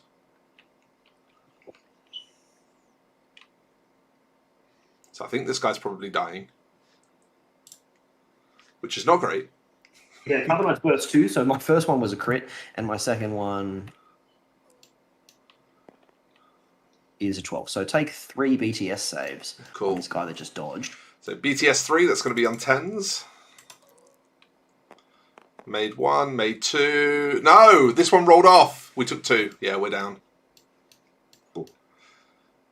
So he's now It's immobilized, isn't it? Not unconscious. immobilized B or A, whichever one. Yeah, one of them. Where's the immobilized? Immobilized B is what it is. Is there a marker? Wounds and negative effects must be in here, right? Unconscious. Immobilized A. You say it's immobilized B? Yep. Why is there only an immobilized A? Is immobilized B on the back of it, maybe?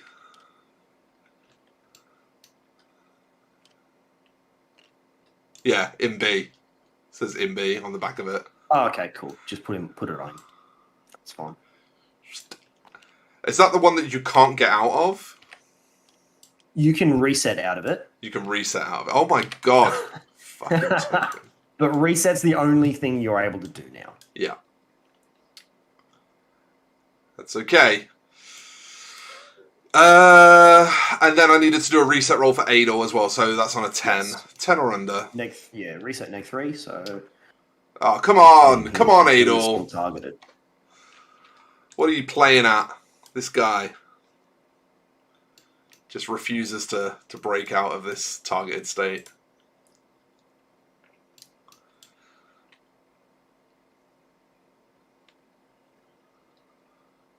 Okay, you got me. You got me with the carbonite.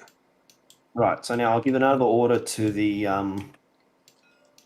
Tiger Soldier. Uh-huh. I think that's still my best bet because he's just standing right there, and he's going to idle. I can still declare reset as an ARO, right? And you can. So you can reset, Yeah, we'll do that. and then I'll shoot you. It's a reset -3 as well, but these are not face to face. Nice. So I'm shooting you on 13. So this is a 10. 1 hit. I critted. Nice. So I got rid of my immobilized, but you did manage to hit me. Yeah, take an armor save. Yeah. Armor save. What weapon is it, sorry? Omni rifle. So you need 13. Above So 7. yeah, that's going to put me on 8s. We good. Cool. Cool. We good. This Yu Jing That was is a lot of orders just for not being much. hard. Right.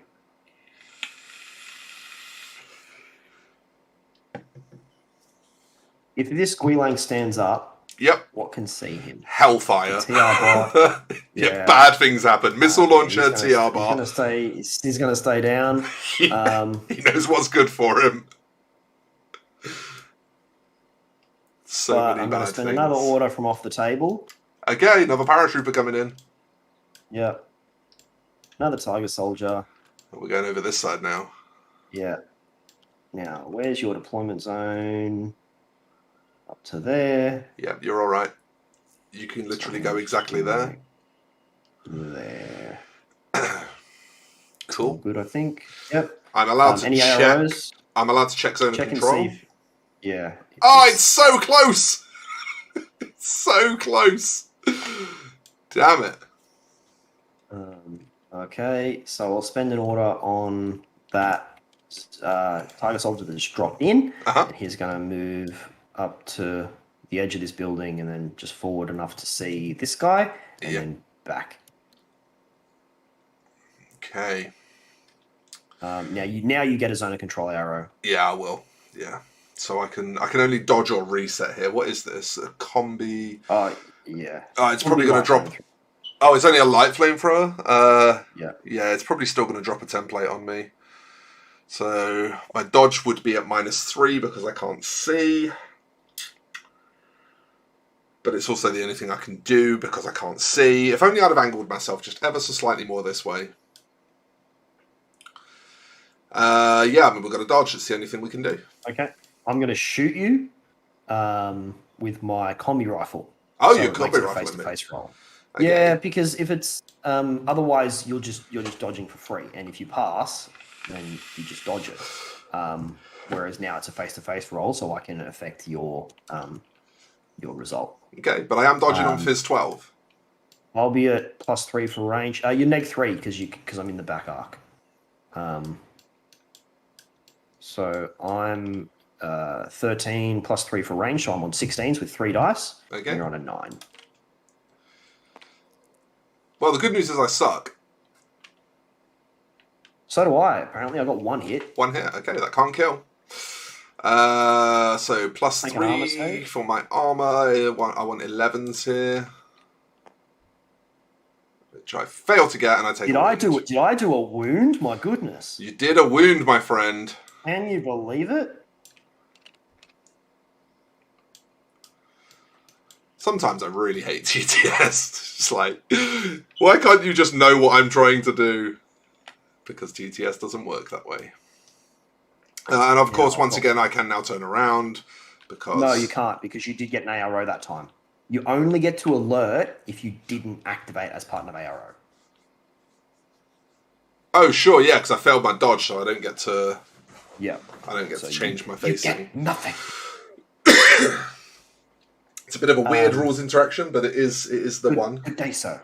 Well, yeah, so the alert, which is the thing that lets you turn around if you didn't have any ARO, is there so that you can't just keep getting shot in the back over and over again. But because you did get an ARO, you could have chosen not to ARO, and then if you'd passed your armor saves, then alert and turned around for free. Right. Yep, makes sense. So it is an interesting interaction, but yeah, still a valid one. So I'm going to spend my last order from the regular pool on the Tiger Soldier, and he's just going to shimmy out to where he can see the Jujak again, and then back to where he He started. wants to do the same thing. Yeah, I still think the correct thing to do is dodge. I think so as well, particularly now you've taken a wound. So I'm going to shoot you. You'll be on, what is it, 9s again? Yeah, and I'll be 9s on again. 16s. I'm on 16s. Come on, Juju. Oh my god, why are you so bad? You got 3 hits this time. Yeah. Yep, 3 hits on 10s. Yeah, you got him. He did. He's actually dead. He Dead. did. Dead. Proper dead. And I've still got my lieutenant order, which would not be the smartest thing to do, I don't think. Do I can get to him? just being on. Yes, stuff it. I'm going to use my lieutenant order All right. Here we go. on this camouflage marker who will do this first part of his order standing up. Okay. Now, if I stand up right now, can that Zuyong Yeah. see me? It can both see you and you're in its zone of control. Okay. It gets the best of both worlds. That's where its halfway line is. So its halfway line intersects you and you're within Yeah, I'm its zone of control. just seeing if I'm tall enough to be able to be. No, that's fine. Cool. So What I'm you just gonna should idle. also worry about is Adel's zone of control from here, because you're also in that. Oh, he's just going to dodge reset, so that's not the end of the world. Yeah, but I'm just saying you have to bear in mind you are going to give him that's- another yeah, free that's dodge fine. or reset. That's fine. That's fine. He's right up in the corner there as well. So he's just going to idle. What's the Zuyong's ARO and what's Adil's ARO? Okay, yeah, Adil's going to dodge. Is he? Is he going to dodge? I want to reset. Like, I kind of want to reset. Dodging would get you some extra movement. Yeah, that's what I'm saying. Dodging gets me to like the Here. top rung. He's got a 3-inch dodge, so it gets him to like the top rung. Yeah. So it's not a bad option if you're happy to stay targeted. Yeah, but that's the thing is like how shot up is he getting? Because he'll have cover, but I think we'll reset. Yeah, Adel's going to declare reset. This guy. If you think I'm going to shoot at you, you want to be holding.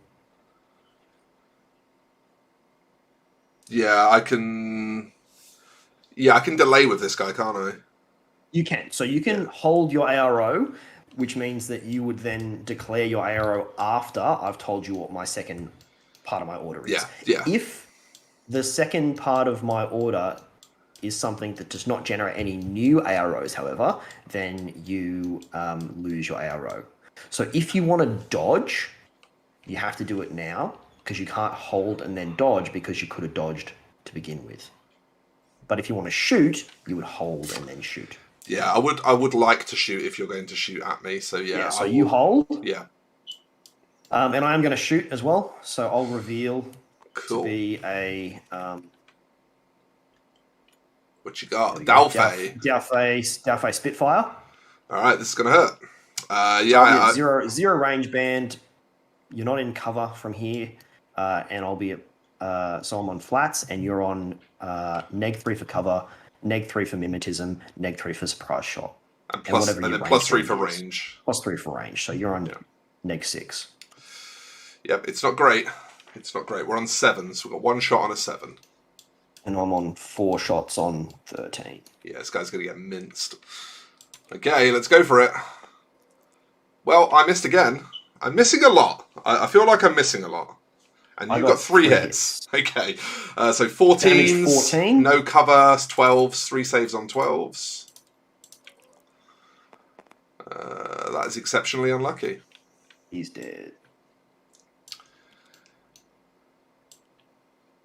Unlucky, my friend. It did not go your way. But that's okay. That's okay. And that is the end of my turn. Wow, it is. Okay. Okay, so things aren't looking too bad. We both lost 2 models. But you have got clean kills on mine, which is a bit unfortunate. But we are now... Oh, Adel didn't roll his reset as well. Adel needs to try and roll under a 10 again. Oh my god, no. Adel, how? How are you just completely incapable of rolling a 10 or under? Was that 3 times he's tried to reset now? Maybe 4? Them's the breaks. Come on, Adel. Come on. Okay. Let's have a thinky. So, we've got 8 orders plus a lieutenant order. That's a pretty good spot to be in. Things aren't looking too drastic. We do, however, need to start causing some pain. Is this guy still prone? Yes. He is... Okay. It's my TTS lagging up on me again. Thanks, TTS.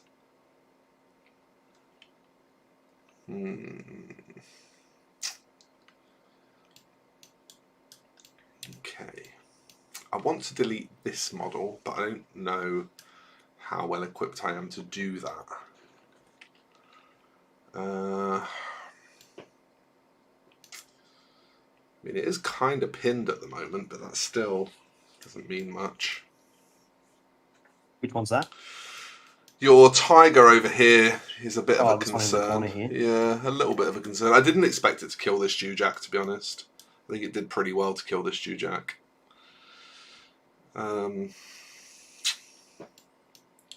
But it is pretty fragile. We can kill it reasonably easily if we need to. So... Depends on what you want to send over there. Yeah. That's the thing. Oh man, Infinity is hard. Infinity is a hard game. So we've also got Bucko over here that decided to stand up, so he's now a consideration. We need to keep something watching over this Zhanshi Yi Sheng so that if it inevitably does stand up to get this sniper back up, it can get blasted. So we've got a lot of stuff to think about. I really do want this hacker dead. It is becoming a bother, and you've also not really got much to fight back against Adel with apart from the hacker. He could, of course... does this have mines in Code 1? It does, yes. Yeah, so we do also have to worry about mines on the way in, which probably would do a good job of killing Adel. They're like damage 13 AP mines are? Damage 13, yeah. Anti-personnel mines. Not great. So he's only got armor 2. So, I mean, you can dodge the mine. You're at -3 for the dodge, though. So, does he have any dodge additions? No. Yeah, he's dodge +3. Is he? Yeah, he dodges on Fizz 14. Again, it doesn't say it on the On the hover TTS over, no. profile. No. Yeah. It's quite upsetting.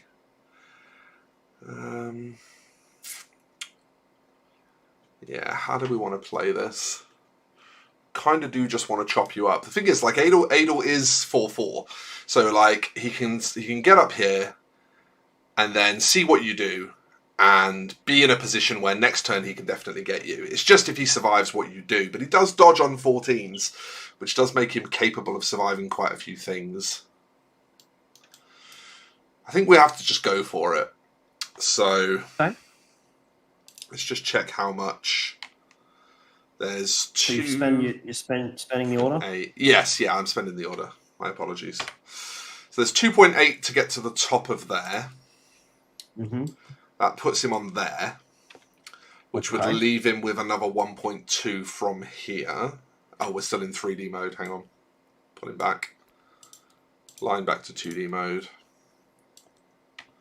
1.2 from here. So he can get this close, which could actually mean that he could dodge into CC here. This might be 3 inches. Maybe, yeah. 3 inches is a long way. Yeah, that's true. Okay, what AROs do you have? My ARO is to shoot you with my combi rifle. Combi rifle shoots. Okay. So the question is, do we do shoots back? Or do we try and dodge into CC and then mince you? I think I actually do shoots back, as silly as that sounds. No, I think shooting is the right way, the right move. These are like BTS 0, right? And he's got a breaker, so... That's true. Or if you want to guarantee the hit on me, you've also got a nanopulsar, which is got a nanopulsar, which is a template weapon. It's a +1 burst nanopulsar as well. Oh, nice. Yeah. Let's have a quick look here. Nanopulsar. And the Dao Fei is just going to do a dodge as well. Okay. Yeah, I could just lay 2 templates over you because this is a 1 wound model. But that also doesn't that doesn't contest your Then- ARO. I would like to have the Exactly. face-to-face with your ARO. So yeah, we're just gonna 3 shots from the breaker. Okay. You'll be +3 for range, I will. -3 for mimetism. Pretty sure you got me out of cover where you've moved to. I would say so.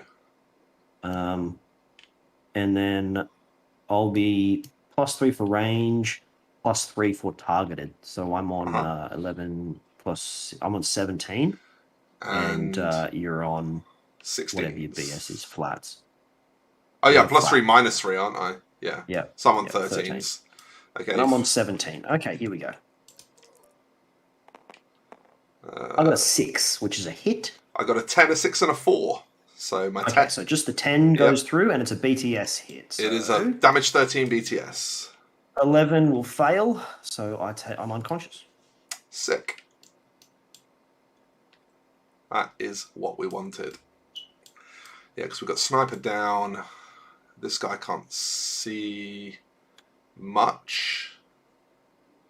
Oh, and the dodge from the Daofei as Yeah. well. Which way does the 3, Dalfei and want to then go? 5, I pass my dodge, and Okay. he's going to...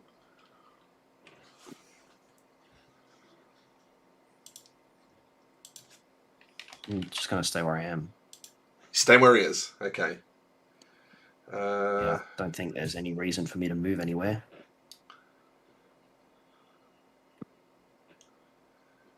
Where is it?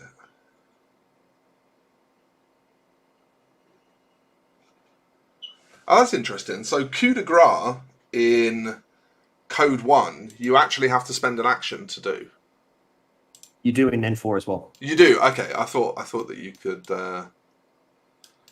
just run up things, but that's okay. That's all good. So yeah, I think we're probably going to coup de grace this guy, and then we're going to go after your lieutenant. Okay. I think that's probably the plan. Okay, Adol, let's flip another order.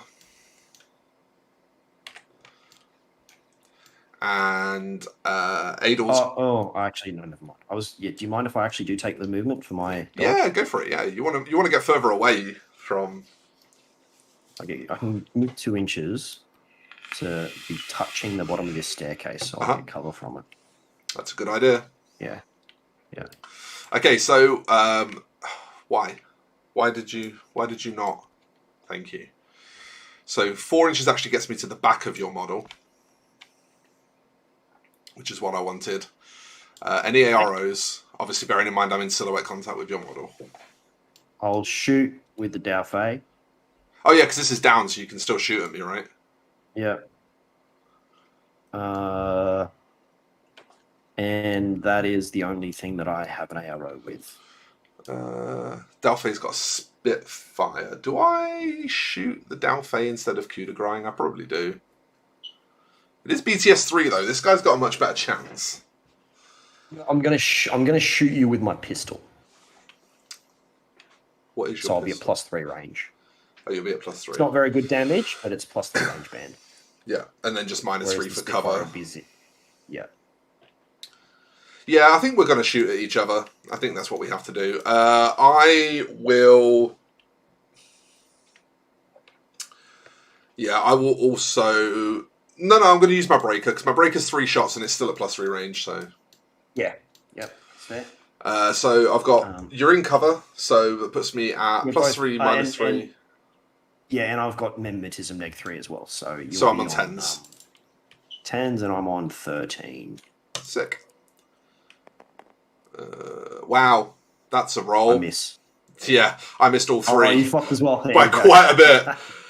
Let's spend another order. Idling? No, I think we're moving into CC with you. Ooh. Like, that's definitely 4 inches. Yes. Yeah. Yeah, that's a good point. Yeah, I think we're going to just mince you. 3D measurement. So from here, yeah, it's like 3.2 inches down, so we can 100% Definitely do get it. down there. Yeah, let's jump this dude. All right. I am going to... do I close combat attack or do I shoot you back? Remember all the Close minuses combat's that 19. Remember all the minuses that I give you though. regardless, regardless of which one I choose, all those negatives are still going to apply. Yeah. So I'm going to close combat attack you. Okay. So yeah, you get -3 from my martial arts. You get -3 from my -3 on the profile. Are you using the para close combat weapon or the Well, no, that's the question. Because this guy is armor 4, CC 19. I'm kind of tempted to just monofilament him and negate his armor. Because he is only damaging on Phys 11. But then But if you use the para weapon, it's going to get an extra -6 on the roll, and then I'll be immobilized as well. Yeah, so we can just kill you that way. Yeah, we'll use the para. Yeah, we'll use the para. So you're at -12 in total. Oh, yeah, okay. And I'm at +3. Right. So 19 minus 12 is, what's that, 6, 7? 7. Yeah. My target number is 7 and yours is like 25 or something. 26, yeah. 11, so that's a 17 in total. Still hit. I got a 5, but you beat me, so I take a is it a BTS save? It's just a Phys -6, I believe. Oh, Phys roll. Phys -6. Yeah, it's a Phys roll. Phys 11? 14. Oh, he's big boy. Yeah, he's heavy infantry. Does my martial arts minus also come into play here? No, it doesn't. Right, not that's just for the face-to-face roll. Yeah. So I'm doing a Phys -6 roll. I want a low number. 4 is exactly what I would like, so I'm okay. All right, you're still up. Interesting. I mean, we're kind of committed now. Well, are we though? Like, you can't break out now. Not necessarily. I mean, you can just leave him there. There's no rush. Your guy is way better in close combat than mine, so yeah, you might be right. You don't have to act if you don't want to. You might well be right. Okay, so might be time to go adventuring. Now then, do we want to kill this tiger soldier? This is all about killing points whilst conserving points. Yeah. So I need to be going after your expensive models, which is one of the reasons I wanted to focus on this Dalfei with Spitfire, because I know it's quite an expensive model. I think that was it like 4 points. I think it's pretty chunky. Or maybe even 5. Yeah. That's one of the reasons I wanted to go after it. Now the thing is, the rest of the stuff that you've got, like tigers, aren't super expensive. I think they're around the sort of 3-ish, 2 to 3. Yeah, 2.5 to 3-ish. I've already got rid of this, which will be a 2-point model. I've already got rid of this, which will probably be like a 2.5 to 3-point model. The doctor is kind of a concern. So we need to now be starting to think about priority targets. And really, these tiger soldiers are probably the juiciest targets. The problem is they're both in quite difficult to reach places. So what we're going to do is we're going to activate this Zhuyong in the center. Let's actually guarantee that we get some points off the board here. Let's try to. And he is going to go 3.5 to here. Yeah. Then 1.5 to here. And 1 to here. And I think he's fine, because I think everyone that would be able to see him is down. Correct. And then he's going to go 2 straight through the open. Okay. Flip another order.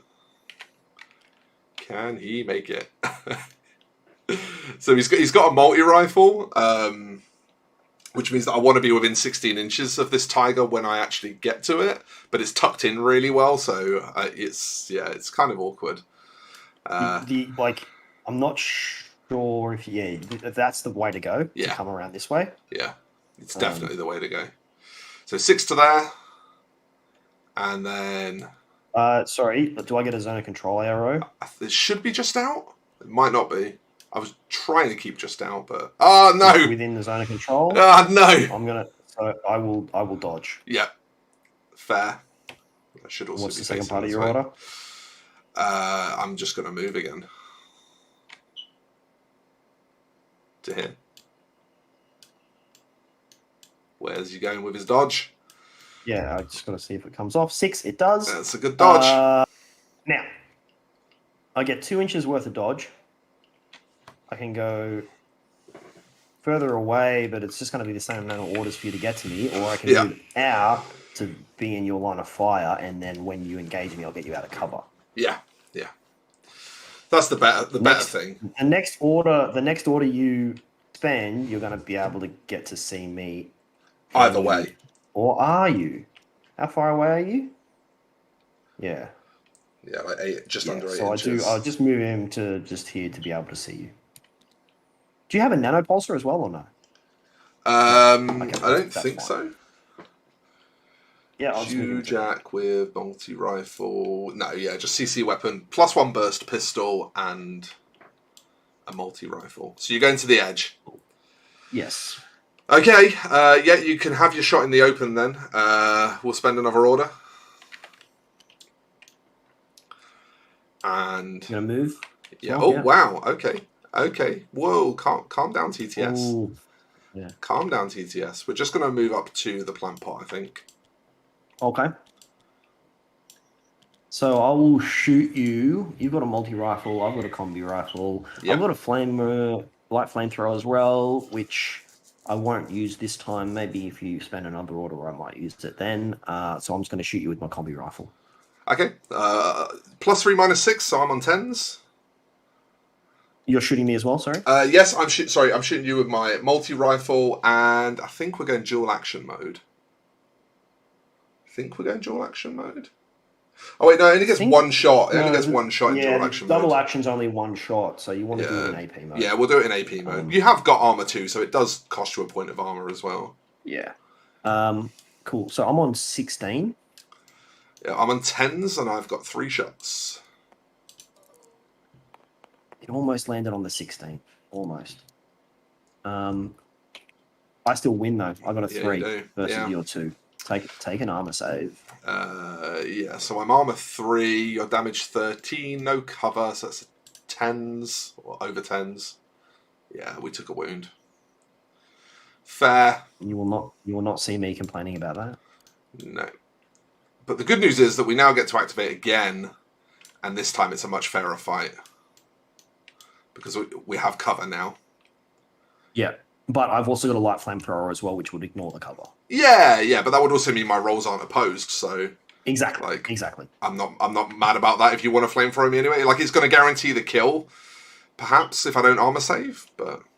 Well, yeah, it guarantees the hit. Yeah. Does continuous damage exist in it does. Code 1 or not? It does. It does? Yeah, It says on the weapon if it causes it.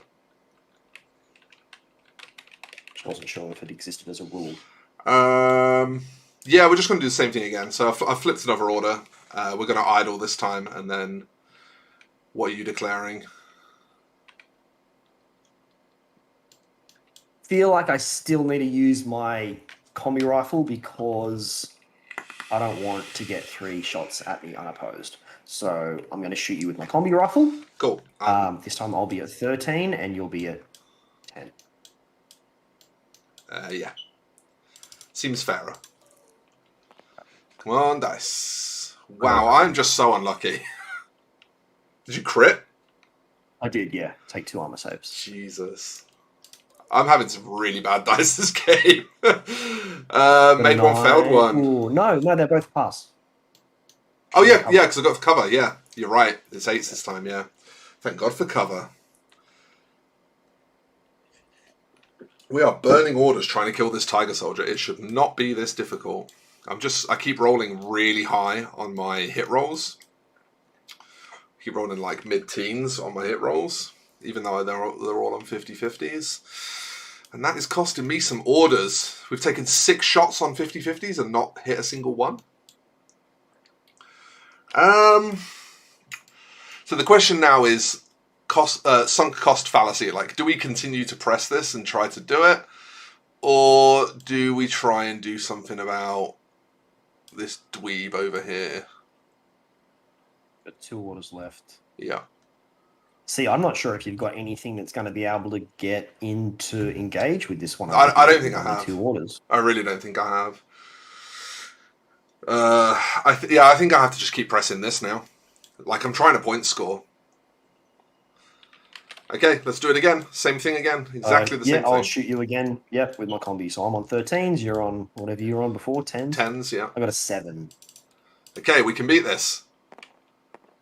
We got a crit. I got a crit. Nice one. Okay. So we got a 5 as well, 2 actually. It's 3. So it's 3. But you're 7. Beats Yeah, your 5. yeah, your 7 eats my 5. So, 2 armor saves. Armor 1. I think they're 10 both will bad, pass, right? 6 will fail. So he Does the goes 10? unconscious. Does the 10 pass? Yeah, because I got 3 from the cover. Plus 1 is 4, so I needed 10 or above. Okay, cool. I'm at So yeah, 13. he goes he's still unconscious. Yeah, that's fine, and he's nowhere near your doctor, so he's not getting back up anyway. He's as good as points scored. Okay, so we've got 1 order plus a lieutenant order left. The question is, I actually think we just want to leave this maybe, and just let you waste orders trying to get out of it. Because Adel's not actually a massively expensive model. He's 2 points. So, he trades up when he kills this guy anyway. And he should kill this guy. So I feel like the right thing to do here is actually to start advancing up this guy. So let's spend my last regular order here. And let's go 1.8 to here. 3.2 to here. Is anything likely to catch him in the open here? Actually, yeah, that's a good point. 1.8 got me to the corner. 4.2 gets me to there. I can get to this cover. I think this is the only cover I can get to.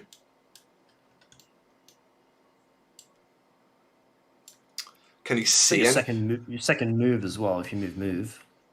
Oh, yeah, that's true. Yeah. So, hang on. He was in here. He goes... It was actually 1.8 to get clear of this corner. I remember measuring that. So that gives him 4.2 left on his first move, which would get him to, here. And then, yeah, he can go move and get into the bus. He can just get into wherever he wants on the bus, really. Yep. I probably want him this... Whoa, calm down. This side of it. So that I can see over it anyway, so it doesn't really matter. It's a tiny bus. But yeah, that gives him some good lines. I think it also, what I'm hoping it does is I think it locks out the tiger from coming through here. So it has to go this way, and this way is covered by these 2 models. So the tiger's pinned, which is good, because I think that's your best chance for killing anything. Okay, it's over to you. This is round 2 as well. Okay. I'm not spending my LT order. Now, you've killed that tiger over there. So that's out. So what have I got left, actually? I've got Dao Fei, Flash Pulse Bot, Engineer. Where even is your cheerleader bot? Up here.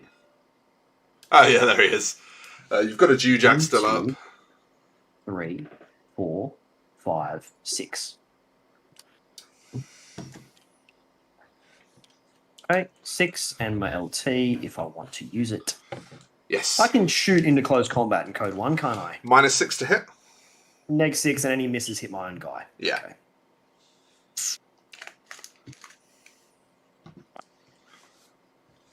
So... Isn't this guy your LT? Didn't you reveal this guy's your LT? I did, yeah. Yeah. So do you want to shoot into combat? Yeah, maybe. If I don't have any other options. You are a brave and reckless soul, and I love it. But if I move him, I'll get shot by. That's fine. Okay, I'm going to... I completely forgot about this camo marker up here. Yeah, that's what I'm going to do. I'm going to spend an order on that camo marker. He's going to stand up and move forwards to here. So he's no longer prone, just vaults over this box. Okay. And moves forward. I would like to check zone of control here. He gets, or you got line of fire on him, so it doesn't matter. Okay. So he can be seen by that. And then as he vaults over the box, the TR bot can see him as well. Oh shit! All Really? the way, all the way downtown. You know this is an infinite height building right here. Yeah, I know, but it avoids. Oh, when he comes over the side here. Yeah, when he stands up. Yeah. Even just standing up where he was, the TR bot sees him from there. Okay. Yeah, this... I think we're going to do... Right. So I believe, if I'm right, I can do delay here because I want to shoot if it's revealed. Yep. With the TR bot. And then I can do discover here, right? That's correct, yep. I think that's the way to go. Because I'm pretty sure this dies anyway. I'm going to idle as the second order. Okay, so I get to try and make a discovery here first of all. Yeah. And if this but the TR bot can't shoot. Yeah. Okay, so this guy is going to make his disco roll. It was 8 inches away. It was just under. It was 7.9, which is sorry. You can't turn him like you just did. Oh, can I not? No. His facing is set until he does something that moves. Okay, sure. So discover it's actually under 8 inches. Just it was 7.9 when I measured it. No, it's showing 8.8 for me. You're in 3D mode. And it's a. Oh yeah, range. Of course, yeah. The zone of control was 7.9, but yeah, the thing is, so it's actually a 0 discover. You are quite right. Yeah, you are quite right. -3 for cover, -3 for mimetism. Yep. So you'll be a -6. It's going to be a discover on 7s. May as well try it. Okay. It's free. I failed. No. Okay. So I'll spend another order on him, and he's going to idle. This guy's going to declare dodge. Okay, I'll reveal to be another Guilang hacker. And I'm going to shoot you with my combi rifle. Okay, I am attempting to dodge. So you'll be at -3 for my surprise attack. Okay. Yeah. So it's a dodge on 9s. Cool, and I got 3 dice on 14s. I got a 10. Got an 11. Take an armor save. Yeah. So this is going to be no cover, 3 armor, 13 11s. Made it. Fine. Thank God. I'll spend another order on him. Okay. Idle. Are you going to dodge or shoot? I think we're going to shoot this time. I think I'm actually reset. Oh, because I'm a hacker. Yeah. In my hacking area as well. No, I think I'm going to shoot this time. I think that's my best roll. Yeah. My best face-to-face is to shoot. Yeah.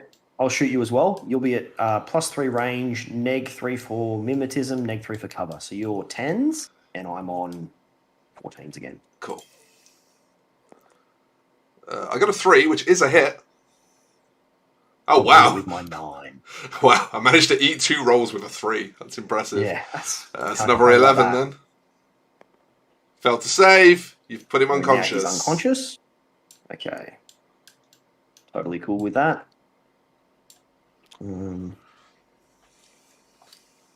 Okay. How many orders we got left? 3. You got so much stuff standing up.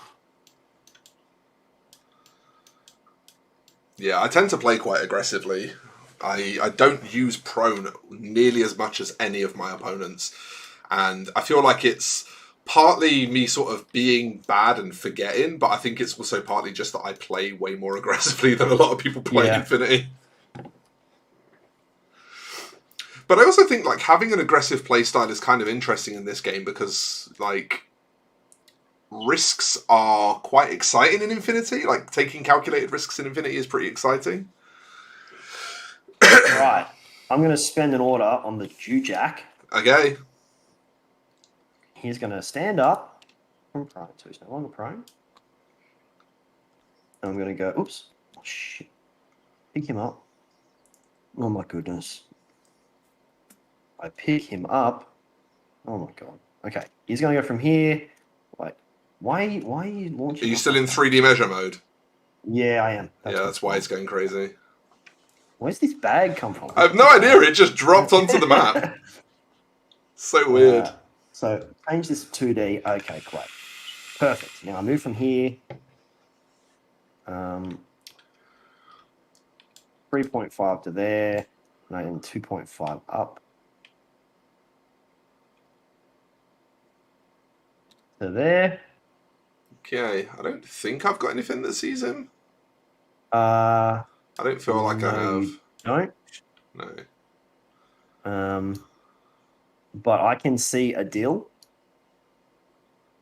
Oh, you're going to try and shoot into this combat? Yeah, I think so. Okay. This will be interesting. Do I do that? You're targeted, but you get cover, and it's -6. Yeah, it's going to be -9. What's my ballistic skill? 13. Okay.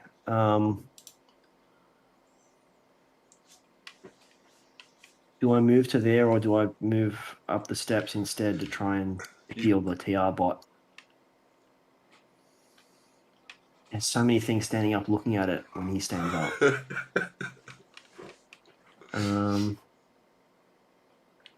Yeah, okay. Instead of moving to there... You got to come up the stairs instead. Yeah. So let's go 2 inches to there, and then 4 inches will get me like to the top of the steps. Oh my god, these bags! Why does this keep happening? It's so weird. Why do bags keep spawning? So surely there's like going to be like there. How do I measure? Oh my goodness! Yeah, it's going to be just at the top. 4 inches is just like at the top of the steps. Okay, cool. And then the other part will be move again. So I'll just do 2 inches of movement to like there. That's fine. Sure. I don't think anything sees him for any of that. No. Oh, hang on. I need to go check the What? ML's perspective. The ML has a really good bead on that building. Ooh. No, this lip here. Yeah. Is saved by the lip. When you actually get to it, he might see you. No, I don't think he's going to see you at all. I can touch him while still being behind this little barricade as well. Yeah, I think you're going to do a good job of dodging the ML. So I'm going to spend another order on the Jujak. Okay. Who's going to move... actually, no, I don't want to move all the way out there because then too many things get to see me. It's size 3, so I can't move through it because it's bigger than my... Actually, no, it's flat right now. Yeah, you can't stop on it, but you can move through it anyway. Yeah. Okay. Cool. I've got another order up to this anyway, don't I? 1 left. Yeah. I'm gonna move from where I am to this corner, which is only 1.5 inches, just far enough out to see a dill and nothing else. Okay. And then move back to where I started. Sure. And then I'm going to shoot into the close combat. Go for it. So Adil can't see me. Oh, no. It's inside his zone of control. So he gets a zone of control arrow. He can declare a dodge. Yeah, you can. Are you going to do that? I will. Yeah, if I've got it, I'm going to do it. Yeah, I'm going to shoot you with my boarding shotgun. Sick. So I'll be +6 range, -6 for shooting into combat, +3 for targeted, -3 for cover. Actually, you won't get cover there because we're the same height and you're not touching this bit. So I'm at +3 overall. Cool. I dodge 16. I dodge on Adil dodges on 14s. And it'll be -3 because you can't see me. Yes. So, because you're in close combat. Okay, so dodging on 11s. Okay, and I'm on 16s. Don't miss. Well, that hits. sucks. Okay. So 2, it's AP as well. So his 2 goes down to 1. So it's you need 14 or more for 2 dice. It's 2 seconds. Why? Stop ignoring me. Oh, come on. What are you doing? Just searching something. Ask me what it is. I'm just trying to check the BS attack into CC rules. I feel like It's neg 6, but it also takes into account all the other modifiers. And then if I miss, any misses hit my guy. But I got 2 hits. Right. Okay. I'm just going to take my saves. So I'm taking these with no cover. Is that what you're saying? Well, yeah, because you're not touching the cover that's between you and I, and we're both the same Okay, height. so just my armor 1. And what is the boarding shotgun damage? 13? 14. 14. So it puts my saves on 14s. Yeah, he's dead. Adel's dead. When TTS will let me roll. Yep. Oh, yeah, he did. Super dead. Okay. That was, I'm very pleased with that result. Yeah, that's really good for you. Really, really good. And, like, yeah, shooting... What I did there with the boarding shotgun into close combat, because it's got that plus... Something we just assumed, by the way. Yeah. I think the TR bot gets a look at you when you come up to here. Well, no, so I sliced the pie so that the only thing that could see me was a dill. Oh, okay, sure. Yeah, that's fine. You're sticking out a bit here, so yeah, you could totally do that. But yeah, no, you're quite right. It was risky, but it paid off. Well, the +6 on the boarding shotgun, negating the neg 6 of the shooting into combat. That's the only way I would want to be comfortable doing that, because otherwise you're hitting your own dude, which is just for sure. Right, which frees up that guy, which is great. Yeah, that sucks for me. I've got one more. I've got another order left. Can I kill anything else in this turn? TR bot's still there. That'd be him at good range. But I do feel... I know there's a Yu Jing down there as well. 6 inches could get me up to here, and then... Yeah, I feel like playing this very memey list, I'm definitely very aware of the things that I maybe should have taken and haven't taken. if you had some MSV, yeah, you'd definitely be... Because, like, both my Tigers have got mimetism. All my stuff in the midfields all got mimetism. Yeah. If you have MSV... It's just making all of these exchanges way, way better in your favour. That's right. So I've got one regular order and my lieutenant order. I don't necessarily want to engage the TR bot with my lieutenant, just because I don't much care for those odds. Do I have another option though? I mean, you'll be not the best, and that kind of puts him out in the open quite a bit. Can I get around... If I was to jump my Dao Fei from here to, like, here, I don't think he gets... Oh, he gets seen by the missile launcher dude. Yeah. He says that. He does that. Never mind. Yeah, that missile launcher's got me pinned down there as well, so I definitely don't want to do that. I think I'm going to spend my regular order to use the Yu Jing to go and touch the remote, which is 1.3-inch movement, and then he's just going to move. Oops. He's going to then move back a little bit further to. Yeah. Going in, then out. Yeah. He's. Oh my goodness. No, I'm just going to snuggle right inside this little corner here, in there, and then no arrows, and then I'll engineer the TR bot. Cool. Which is a whip roll of 13. It's a 20. And the TR bot is dead. That is unlucky. That is super unlucky. Okay.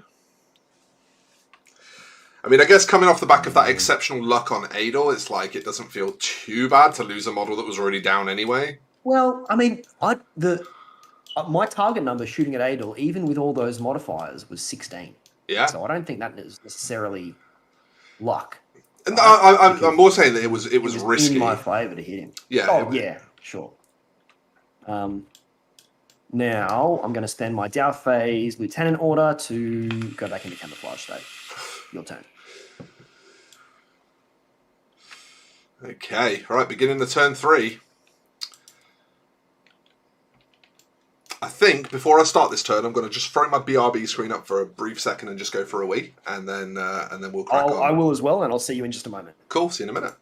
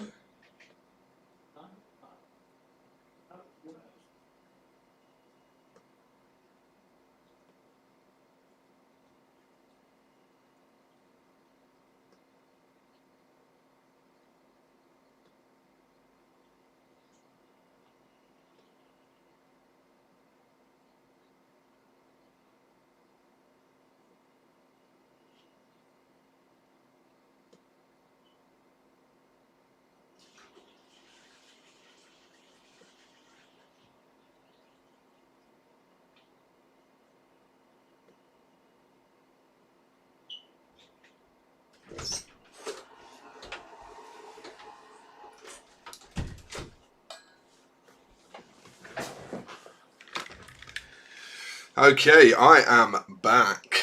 Let's see here. I believe that's the screen I'm looking for. It is the screen I'm looking for. So, folks, it's going interestingly. Losing a deal there kind of stings. And how many orders we had to spend to make this happen kind of stings. It's... I'm back. Hey, buddy. I'm just talking to the chat about my last turn and what I can do with it. Yeah, I mean, this cost us like 3 orders to achieve, when realistically on odds it should have cost us like 1 order to achieve, maybe 2. So we were down an order from this exchange, which meant that we kind of were left in the position where it made sense to just leave a deal in this combat and try to tie up here, so that we could do some other things and start advancing up our midboard a bit more. But we've got some stuff that we can do. We've got an order here, here, here, here. So that's 4, 5 here. Hang on, that can't be it, surely. 1, 2, 3, 4, 5, 6. 6? 3, 4, 5. 5? Missile 1, launcher? 2, 3, 4, 5. Oh, the missile launcher, 6. Yeah. It looks like 6 is what we're generating. That's not a small... It's a decent number of orders, right, for the third part of the game. And I've got about the same left as well. So we're still, in terms of body count, we're pretty even. I don't know what it looks like in terms of points cost of those models, but...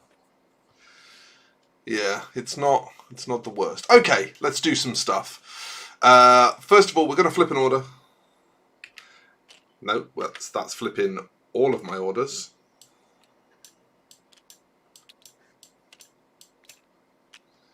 I cannot TTS today.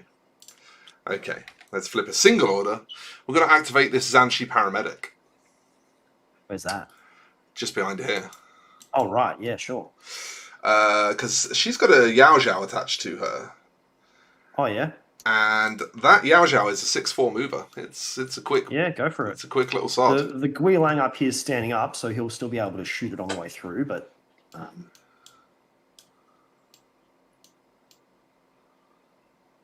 Yeah, that's a good point. Maybe we need to get rid of the Gui Lang first. I forgot that it stood up now. I thought I could just go in there, but you stood it up to finish this guy off, didn't you? So we kind of do need to deal with it first.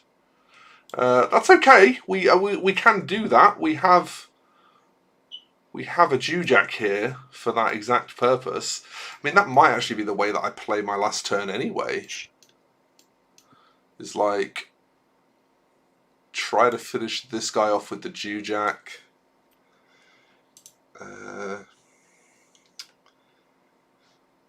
And then bring the medic in to bring this back up to kind of skew the... Because the thing is, getting a model back up is the same as killing a model in this mission.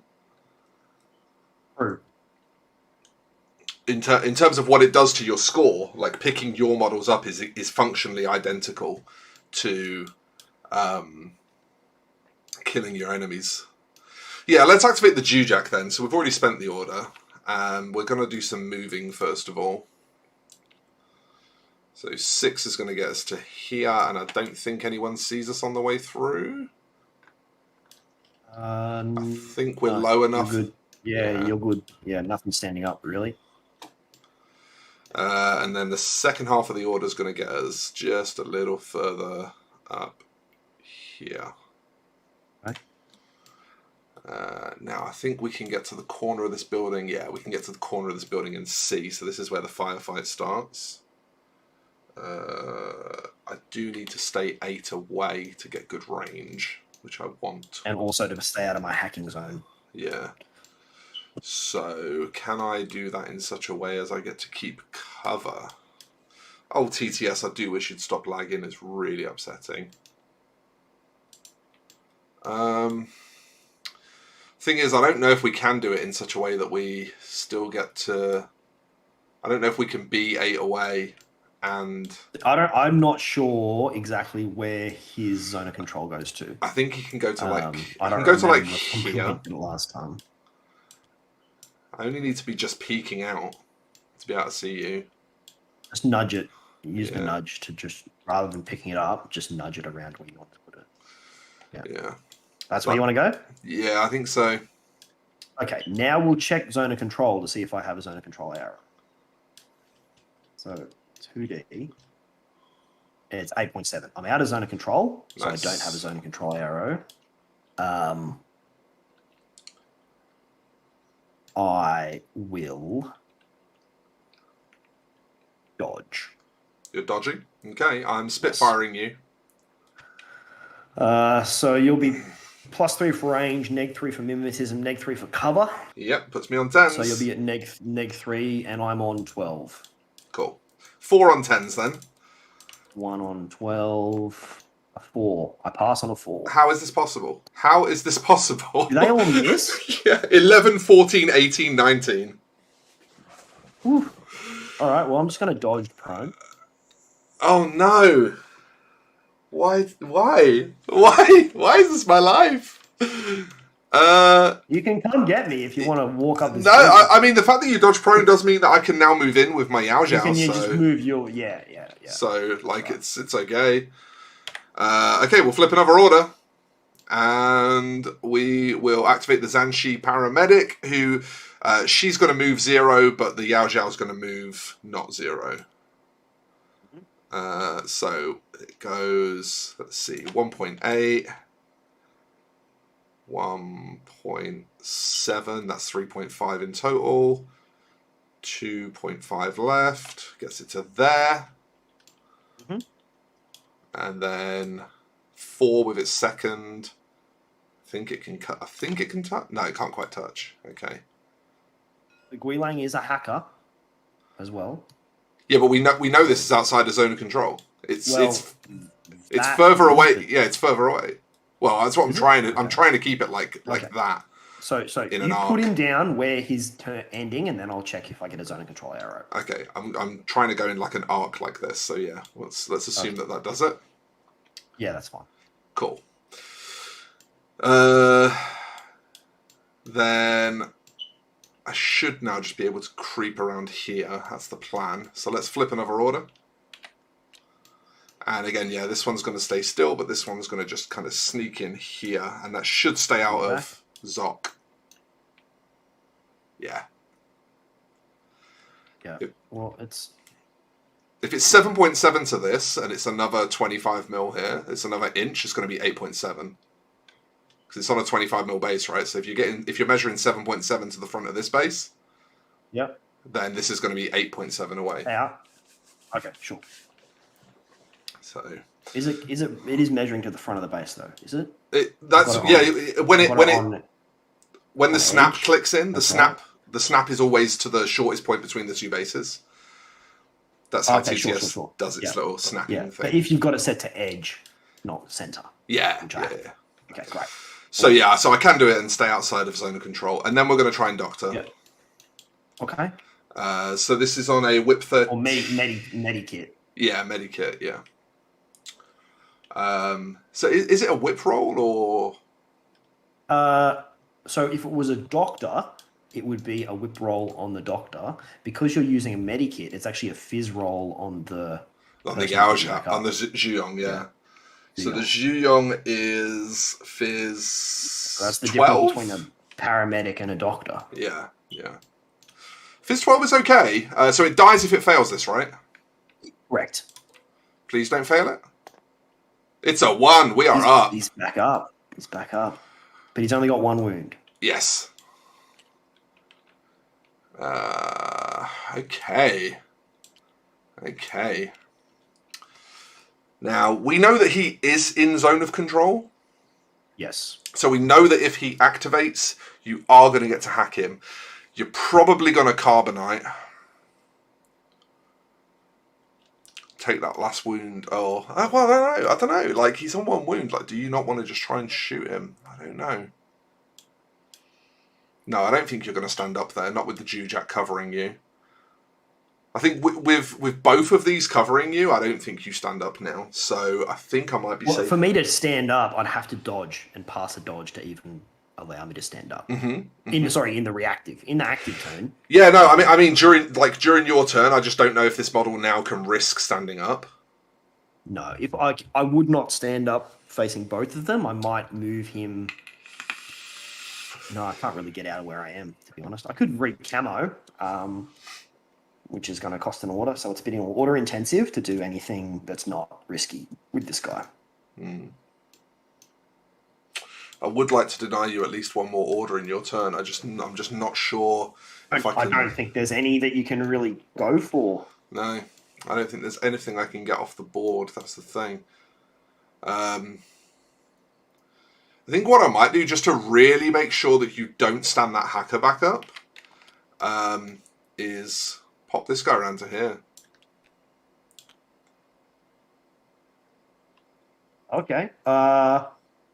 This building in between them is infinite height, so you can't see. Oh yeah, so he needs to come right back. Yeah, he needs to come right to here. Even there, he still doesn't have an angle. Unless I was to walk back to this staircase, then he could see him.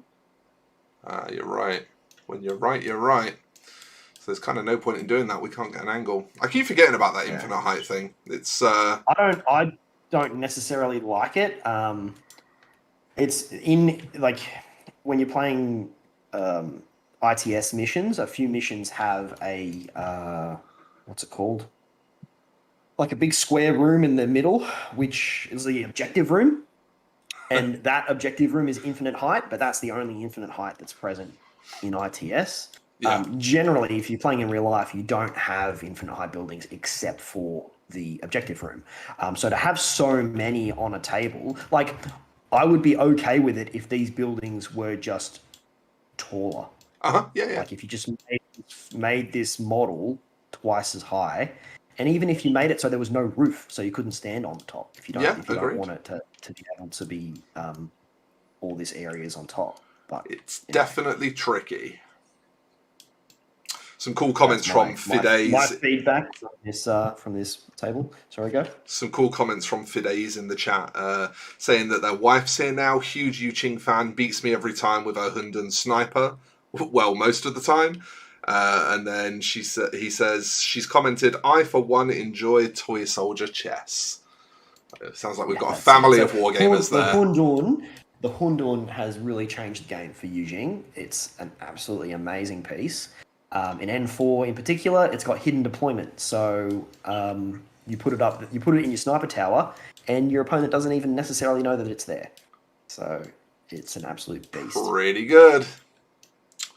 So what we could do, like, I've got an order and a lieutenant order left, so I could start moving HMG over there. Yeah, I could start moving this HMG around to somewhere to see if there's anything interesting it can do, but I just don't think there is.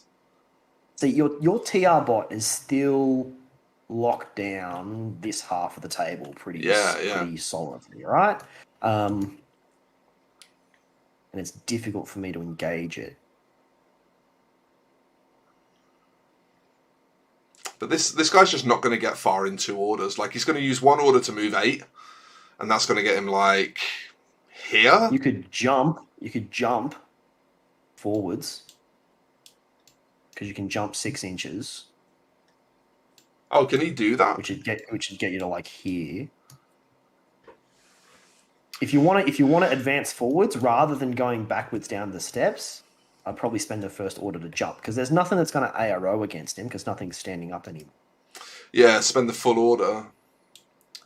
So how Which does gets you? I mean, jump is a just the first movement value, and it's using the 3D measurement. It'll only get you as far as you want to go. Yeah. As far as whatever 6 inches is. Yeah, it could be the way to go though. Well, let's spend the lieutenant order first, just in case something suddenly catches my mind that we should do. So Spend somewhere else. Yeah, that's fair. So let's go to 3D mode and let's see where we can get. We can actually get pretty So far. the order is a jump. Yeah. Okay, now you've measured where it can go. So yeah, that's the long way. That's pretty good. Can do the leapy leaps. And yeah, nothing can see him from there. In fact, he probably doesn't even want to jump straight, thinking about it. He probably wants to jump in this direction. Yeah, we could jump into cover over there or something. Well, I'm thinking he probably wants to jump into this direction because if I can get him up to the corner of this building, we know that he can see past. We already know that because we were checking before.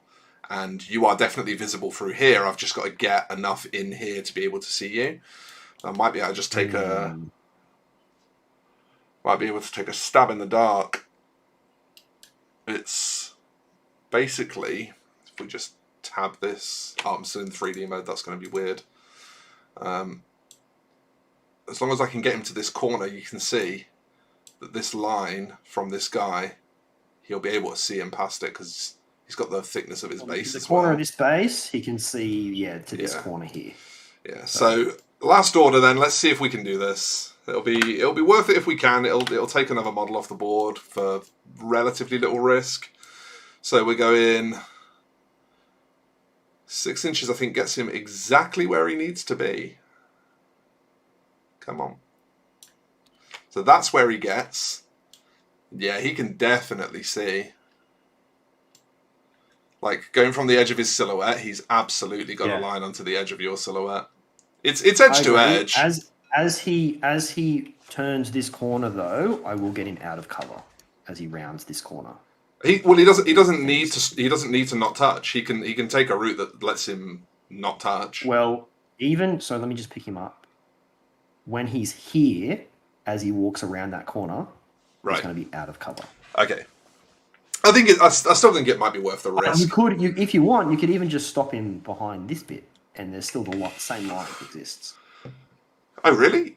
Can you get it from there? No. Oh no, he can. You're right. In fact, he can actually get it better from there. He can actually get the line way better from there. Like now that I'm looking at it, it's actually a lot better. Yeah. Once the silhouette's on, it's loads better. He's got like this entire strip through here. Yeah. Okay. So you're moving up to there? Yeah. Let's do it. Okay. I'm going to. If I shoot, I'll be on 13s. If I dodge, I'll be on 12s. Or if we think this is within 16 inches. Ooh. Oh, excuse me. What do you reckon? Is that 16 or not? I think it's almost bang on 16. I'm going to dodge because I think it's outside 16. Okay, let's check the range. So I'm going to dodge. It's 14. Oh, damn it. That's okay. I'm still dodging on 12s, which is not the end of the world. You're shooting me on +3 no, 0 range band, -3 for mimetism. Yeah. So you'll be on 10s. 10s, yeah. Yeah. So HMG, 4 shots. I'm on 12. 4 shots on 10s. Oh, we can beat that. We got an 8. That beats it. You can, but not much. No. Okay, so I'm taking an armor save. 15 minus 2 is 13. 15 will pass. I'm okay. Damn. I mean, it was worth it, right? That was your last order as well. It was my last order. Yeah. I mean, it was worth trying, right? Yeah, definitely. Okay, so now it's my turn. I Yeah. have 6 things still alive and my LT. Where's some stuff I can kill? This is the last turn of the game. This is the one that matters. Yeah. Okay.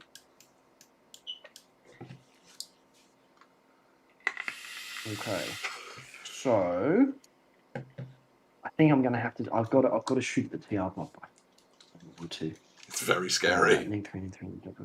Yeah. Okay. That's what we're gonna have to do. So I'll spend my Lieutenant Order. Okay.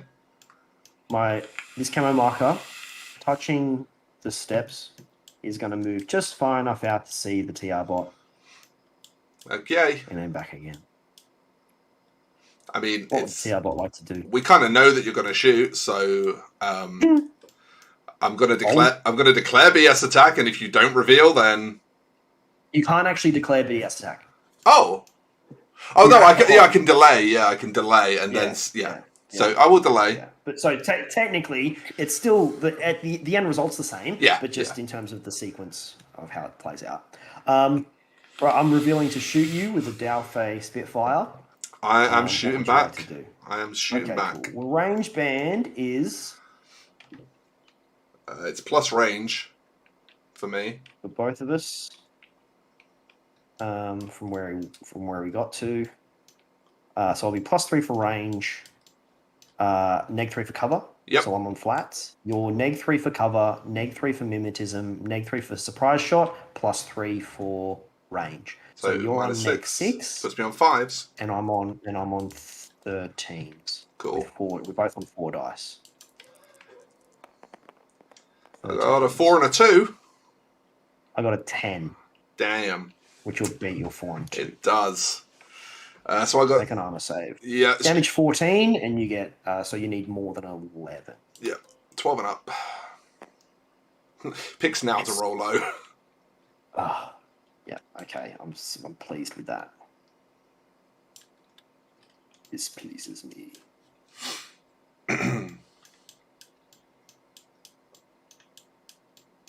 Okay. Now, I reckon I can get a beat on that missile launcher. And I might be able to even get the missile launcher at bad range. But missile launchers are only good over 24 or over 16. Over 24. Yeah, over 24. Okay, so spend an order on my LT. Do I re-camo, or is that 2 order intensive? I think that's going to be 2 order intensive.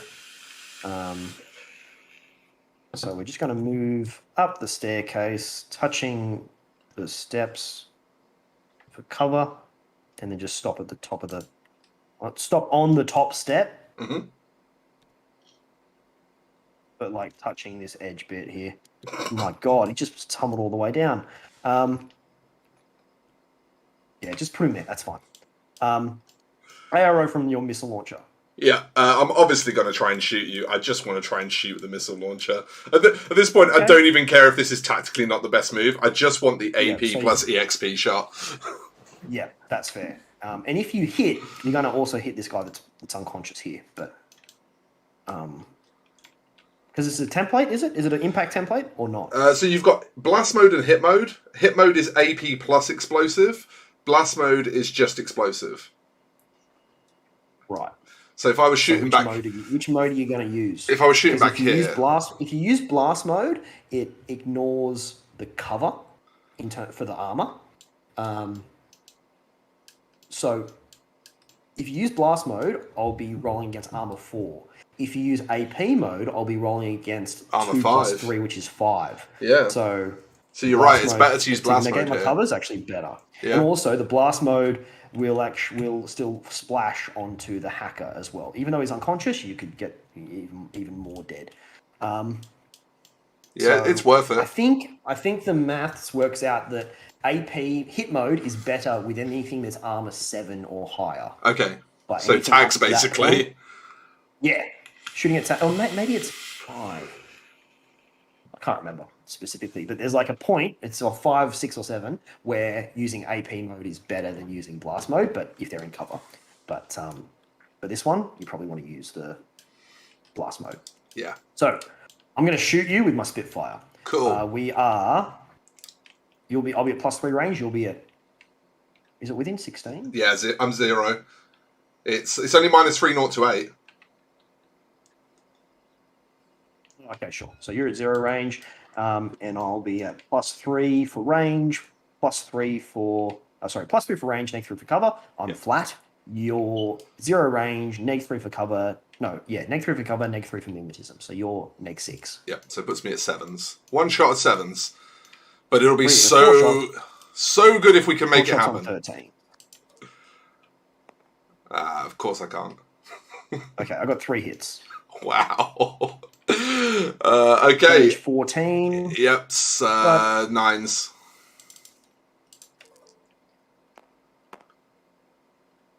Three saves. He's fine. He is fine and dandy.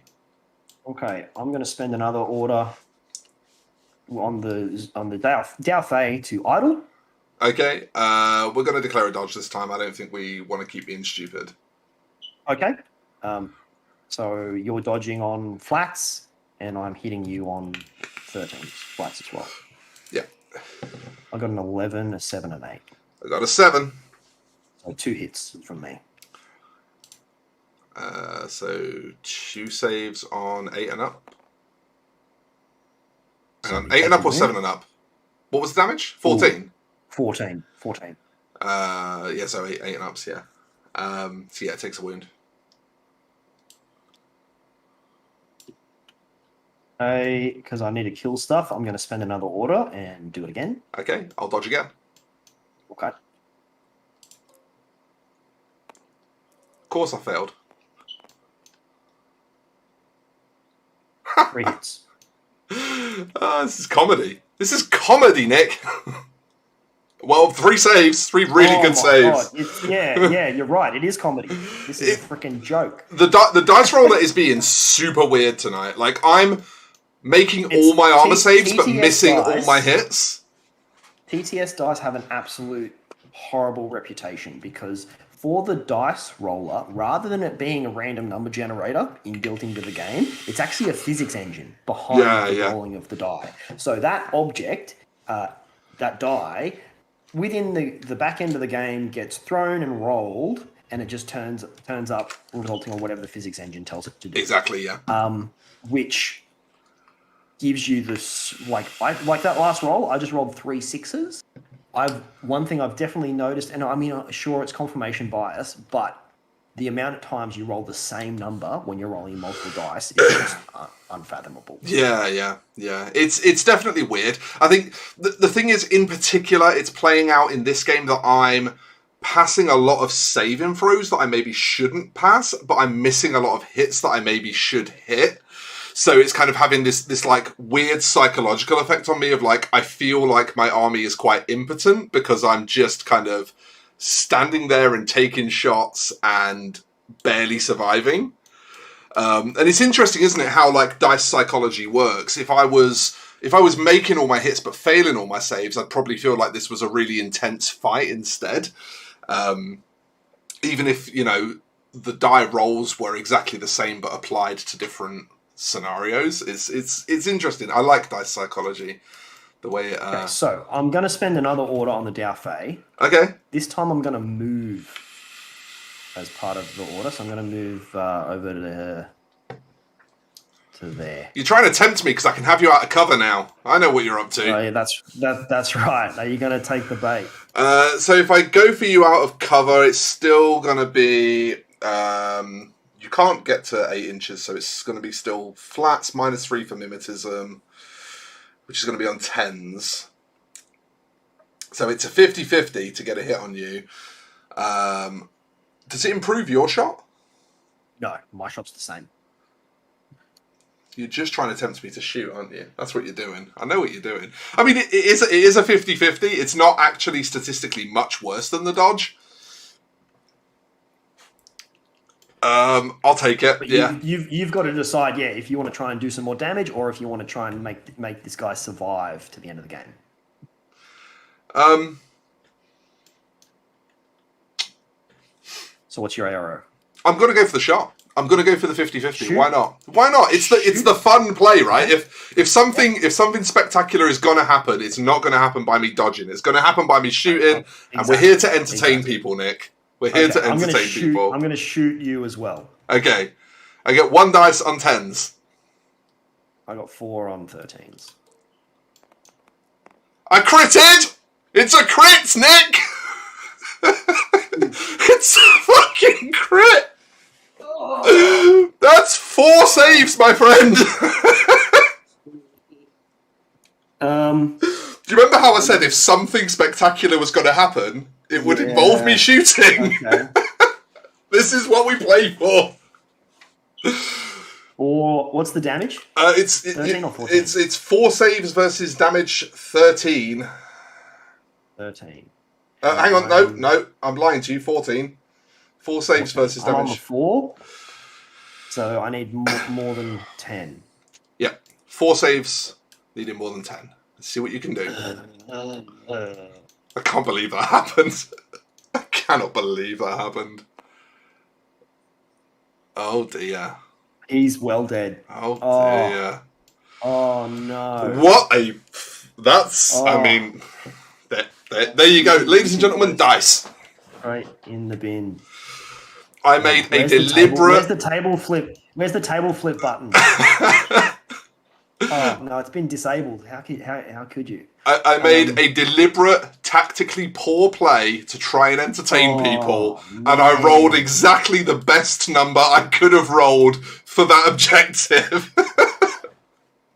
I think we both deserve a reward for that, because you came out of cover to tempt me to shoot. Big oof. Big oof. Right That is a there. king-size oof. Oh, man. Right, can I pull... I've got 2 orders left. Can I pull this back? I don't think I can. I need to just kill as much stuff. It's like a 4-point model I just killed, right? Yeah. I can tell you how many points he was. It might have even been 5. Oh, that's sore. And he is DFA LT 5 points. Oh. I mean, you could go for some risky plays with this hacker here. You've got, what, 2 orders left? You could go for some risky plays over here. There's 2 guys that you can see. I mean, you saw what happens when you go for the risky plays. Yeah. Look, it's what I'm going to have to, because it's my only option. Really. That is your option at this point. Yeah, I'll spend an order on the hacker. He's going to stand up. And attract so many AROs. Only two. The doctor maybe as well. I think the doctor gets one. The building. No. The Infinite High building. You're right. The shipbuilding's in the way. So yeah, it's just the 2. It's just the Jujak and the Zuyong. They're both going to shoot me. Yeah. Okay, I'm going to put 2 shots into the Zuyong and 1 shot into the Jujak. Okay. Which one would you like to do first? Let's do the 2v1 first. Okay. So so we'll both be +3. We're both at +3 range. You're both -3 for cover, but you're also -3 for mimetism. So I'm flat. You're -3. Okay. So I'm on 11. You're on like 10 or something. 10s. Yeah, 1 on 10s. I It's miss. a 19. Right, we suck. I miss as well. And then the other one is I will be on +3. You'll be on -3. Yeah. So I'm on 14s. You're on 10s. I got a 20. I got 1 hit on 13. This is your moment. So that's against the Jujak? No, that was against the Zuyong. Against the Zuyong, okay. So I've got no cover, just my armor. So it's an 11. And he's only on 1 wound. Save. No! He's down again! Okay, great. I'll just take him off the table because he's effectively dead for the game now anyway. That's fine. I don't get another turn. And then I'll spend my last order on the Gui Lang, who's going to idle. This guy, yeah. Jujak's going to shoot me, I assume. Yeah, I've got to try and get you back. I've got a heavy flamer, which is the big template. That's what I was going to mention as well. You've got a heavy flamer, which is... Where is that template? It's usually laid out on the table somewhere. It's over here. Oh, the large one. Yeah. Yeah. So it's huge, right? I'm allowed to actually measure the You- template. Yeah. The template. Template's about 9 inches long. Which we already know that I can draw a 9-inch line with this template because we know that this was like just outside of your 8-inch zone of control. So we actually know that I can draw a straight line of 9 inches.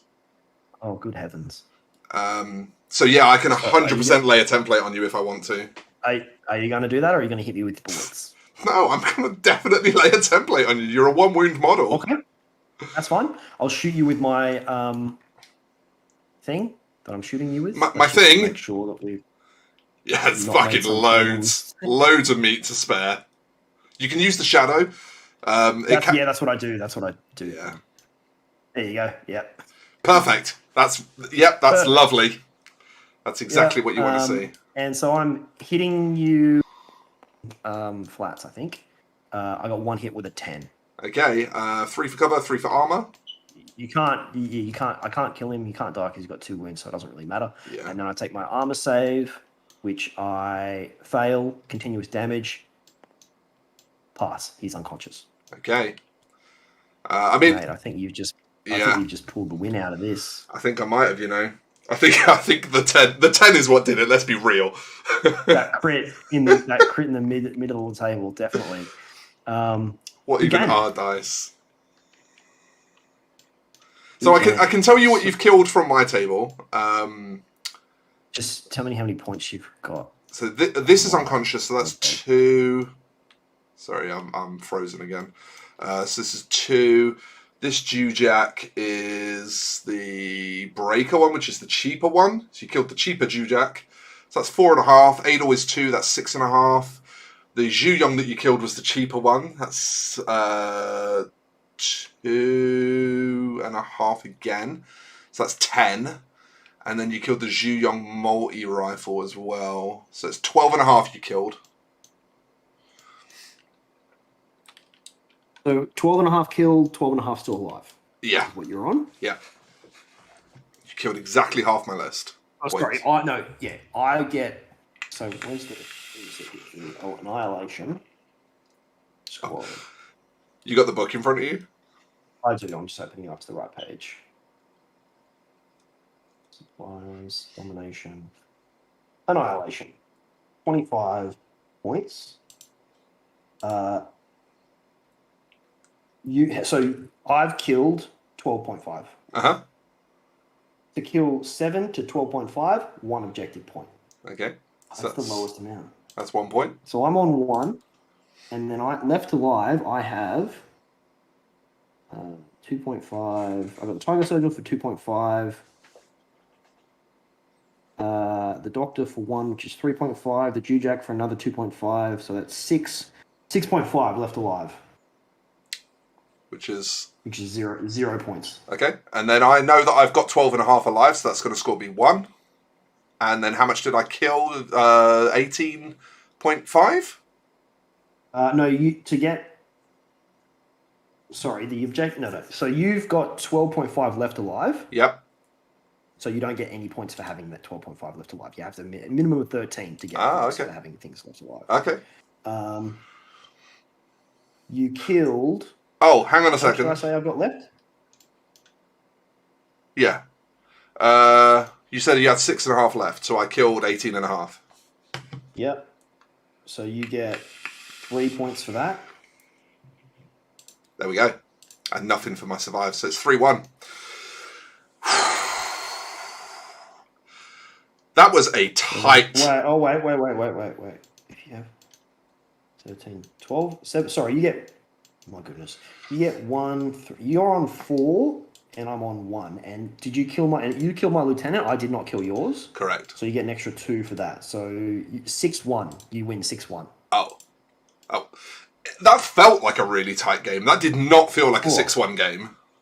No, it was that... It was the... It was that crit... Yeah. I mean, that rocket launcher not only... Third last order of the game to a missile launcher my dude into oblivion. Well, I mean, let's work out what doesn't happen. I score 5 less for killing, which probably takes at least a victory point off me, and I score 2 less for your lieutenant.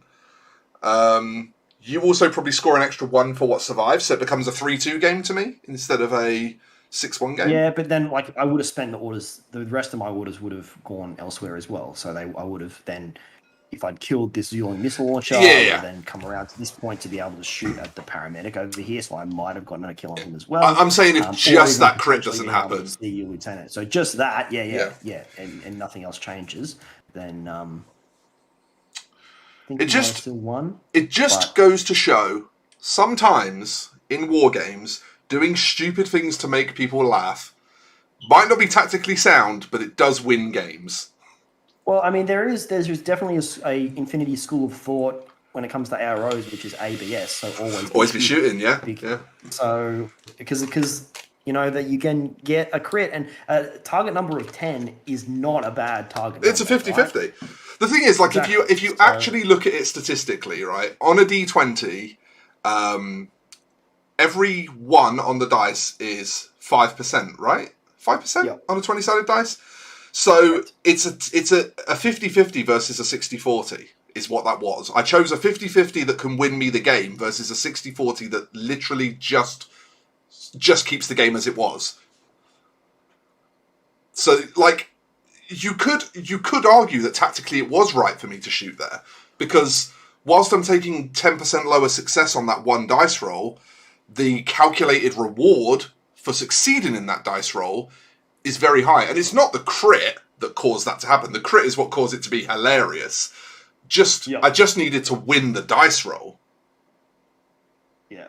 And I know you said that this was a bit of a meme list, but like at the end of the day, while you didn't have anything that was like top tier, everything is decent. Everything's got pretty good ballistic skill of 13, which is, you know, really good in the scheme of things.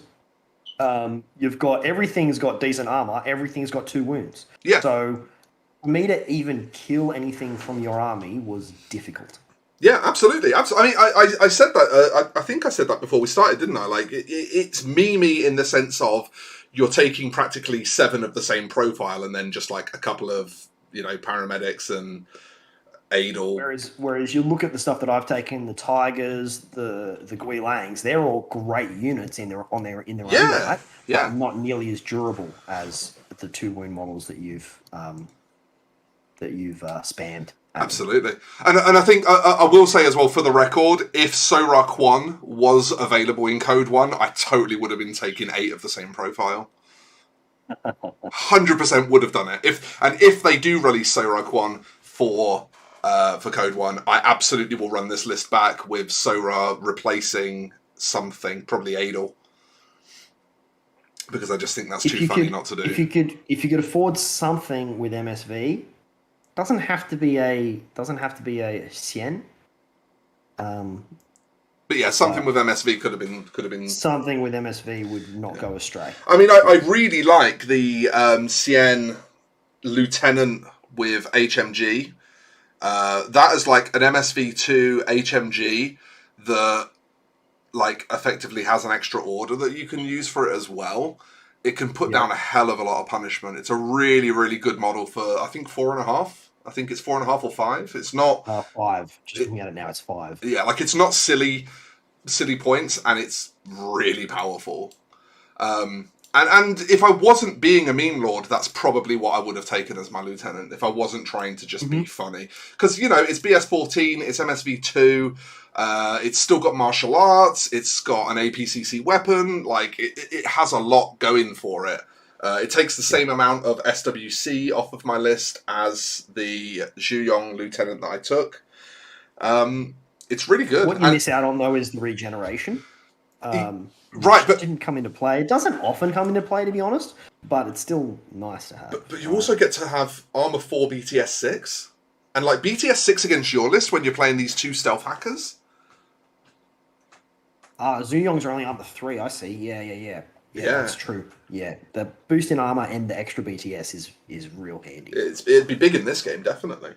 Yeah, really, really interesting, Nick. I have to say thank you so much for getting up so early to come and play Toy Soldiers with me on the internet, because as silly as this game was, and as much as I was, like I said, trying to like garner that WWE heat by banging on about my my undefeated on stream streak and all that, what I actually just wanted to do was play a really fun game of Toy Soldiers with a nice guy who I like interacting with on the internet, and you satisfied those needs. I think we succeeded in that, definitely. It was really good fun. Really, really good fun.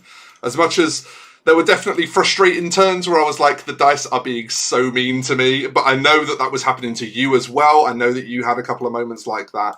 So, you've got to take it on the chin. You've got to just live with it. But I think all in all, we had a pretty entertaining game. We have got a couple of comments from Catherine Finley that I just missed during the game. Just to do with the way the end of the game was playing out.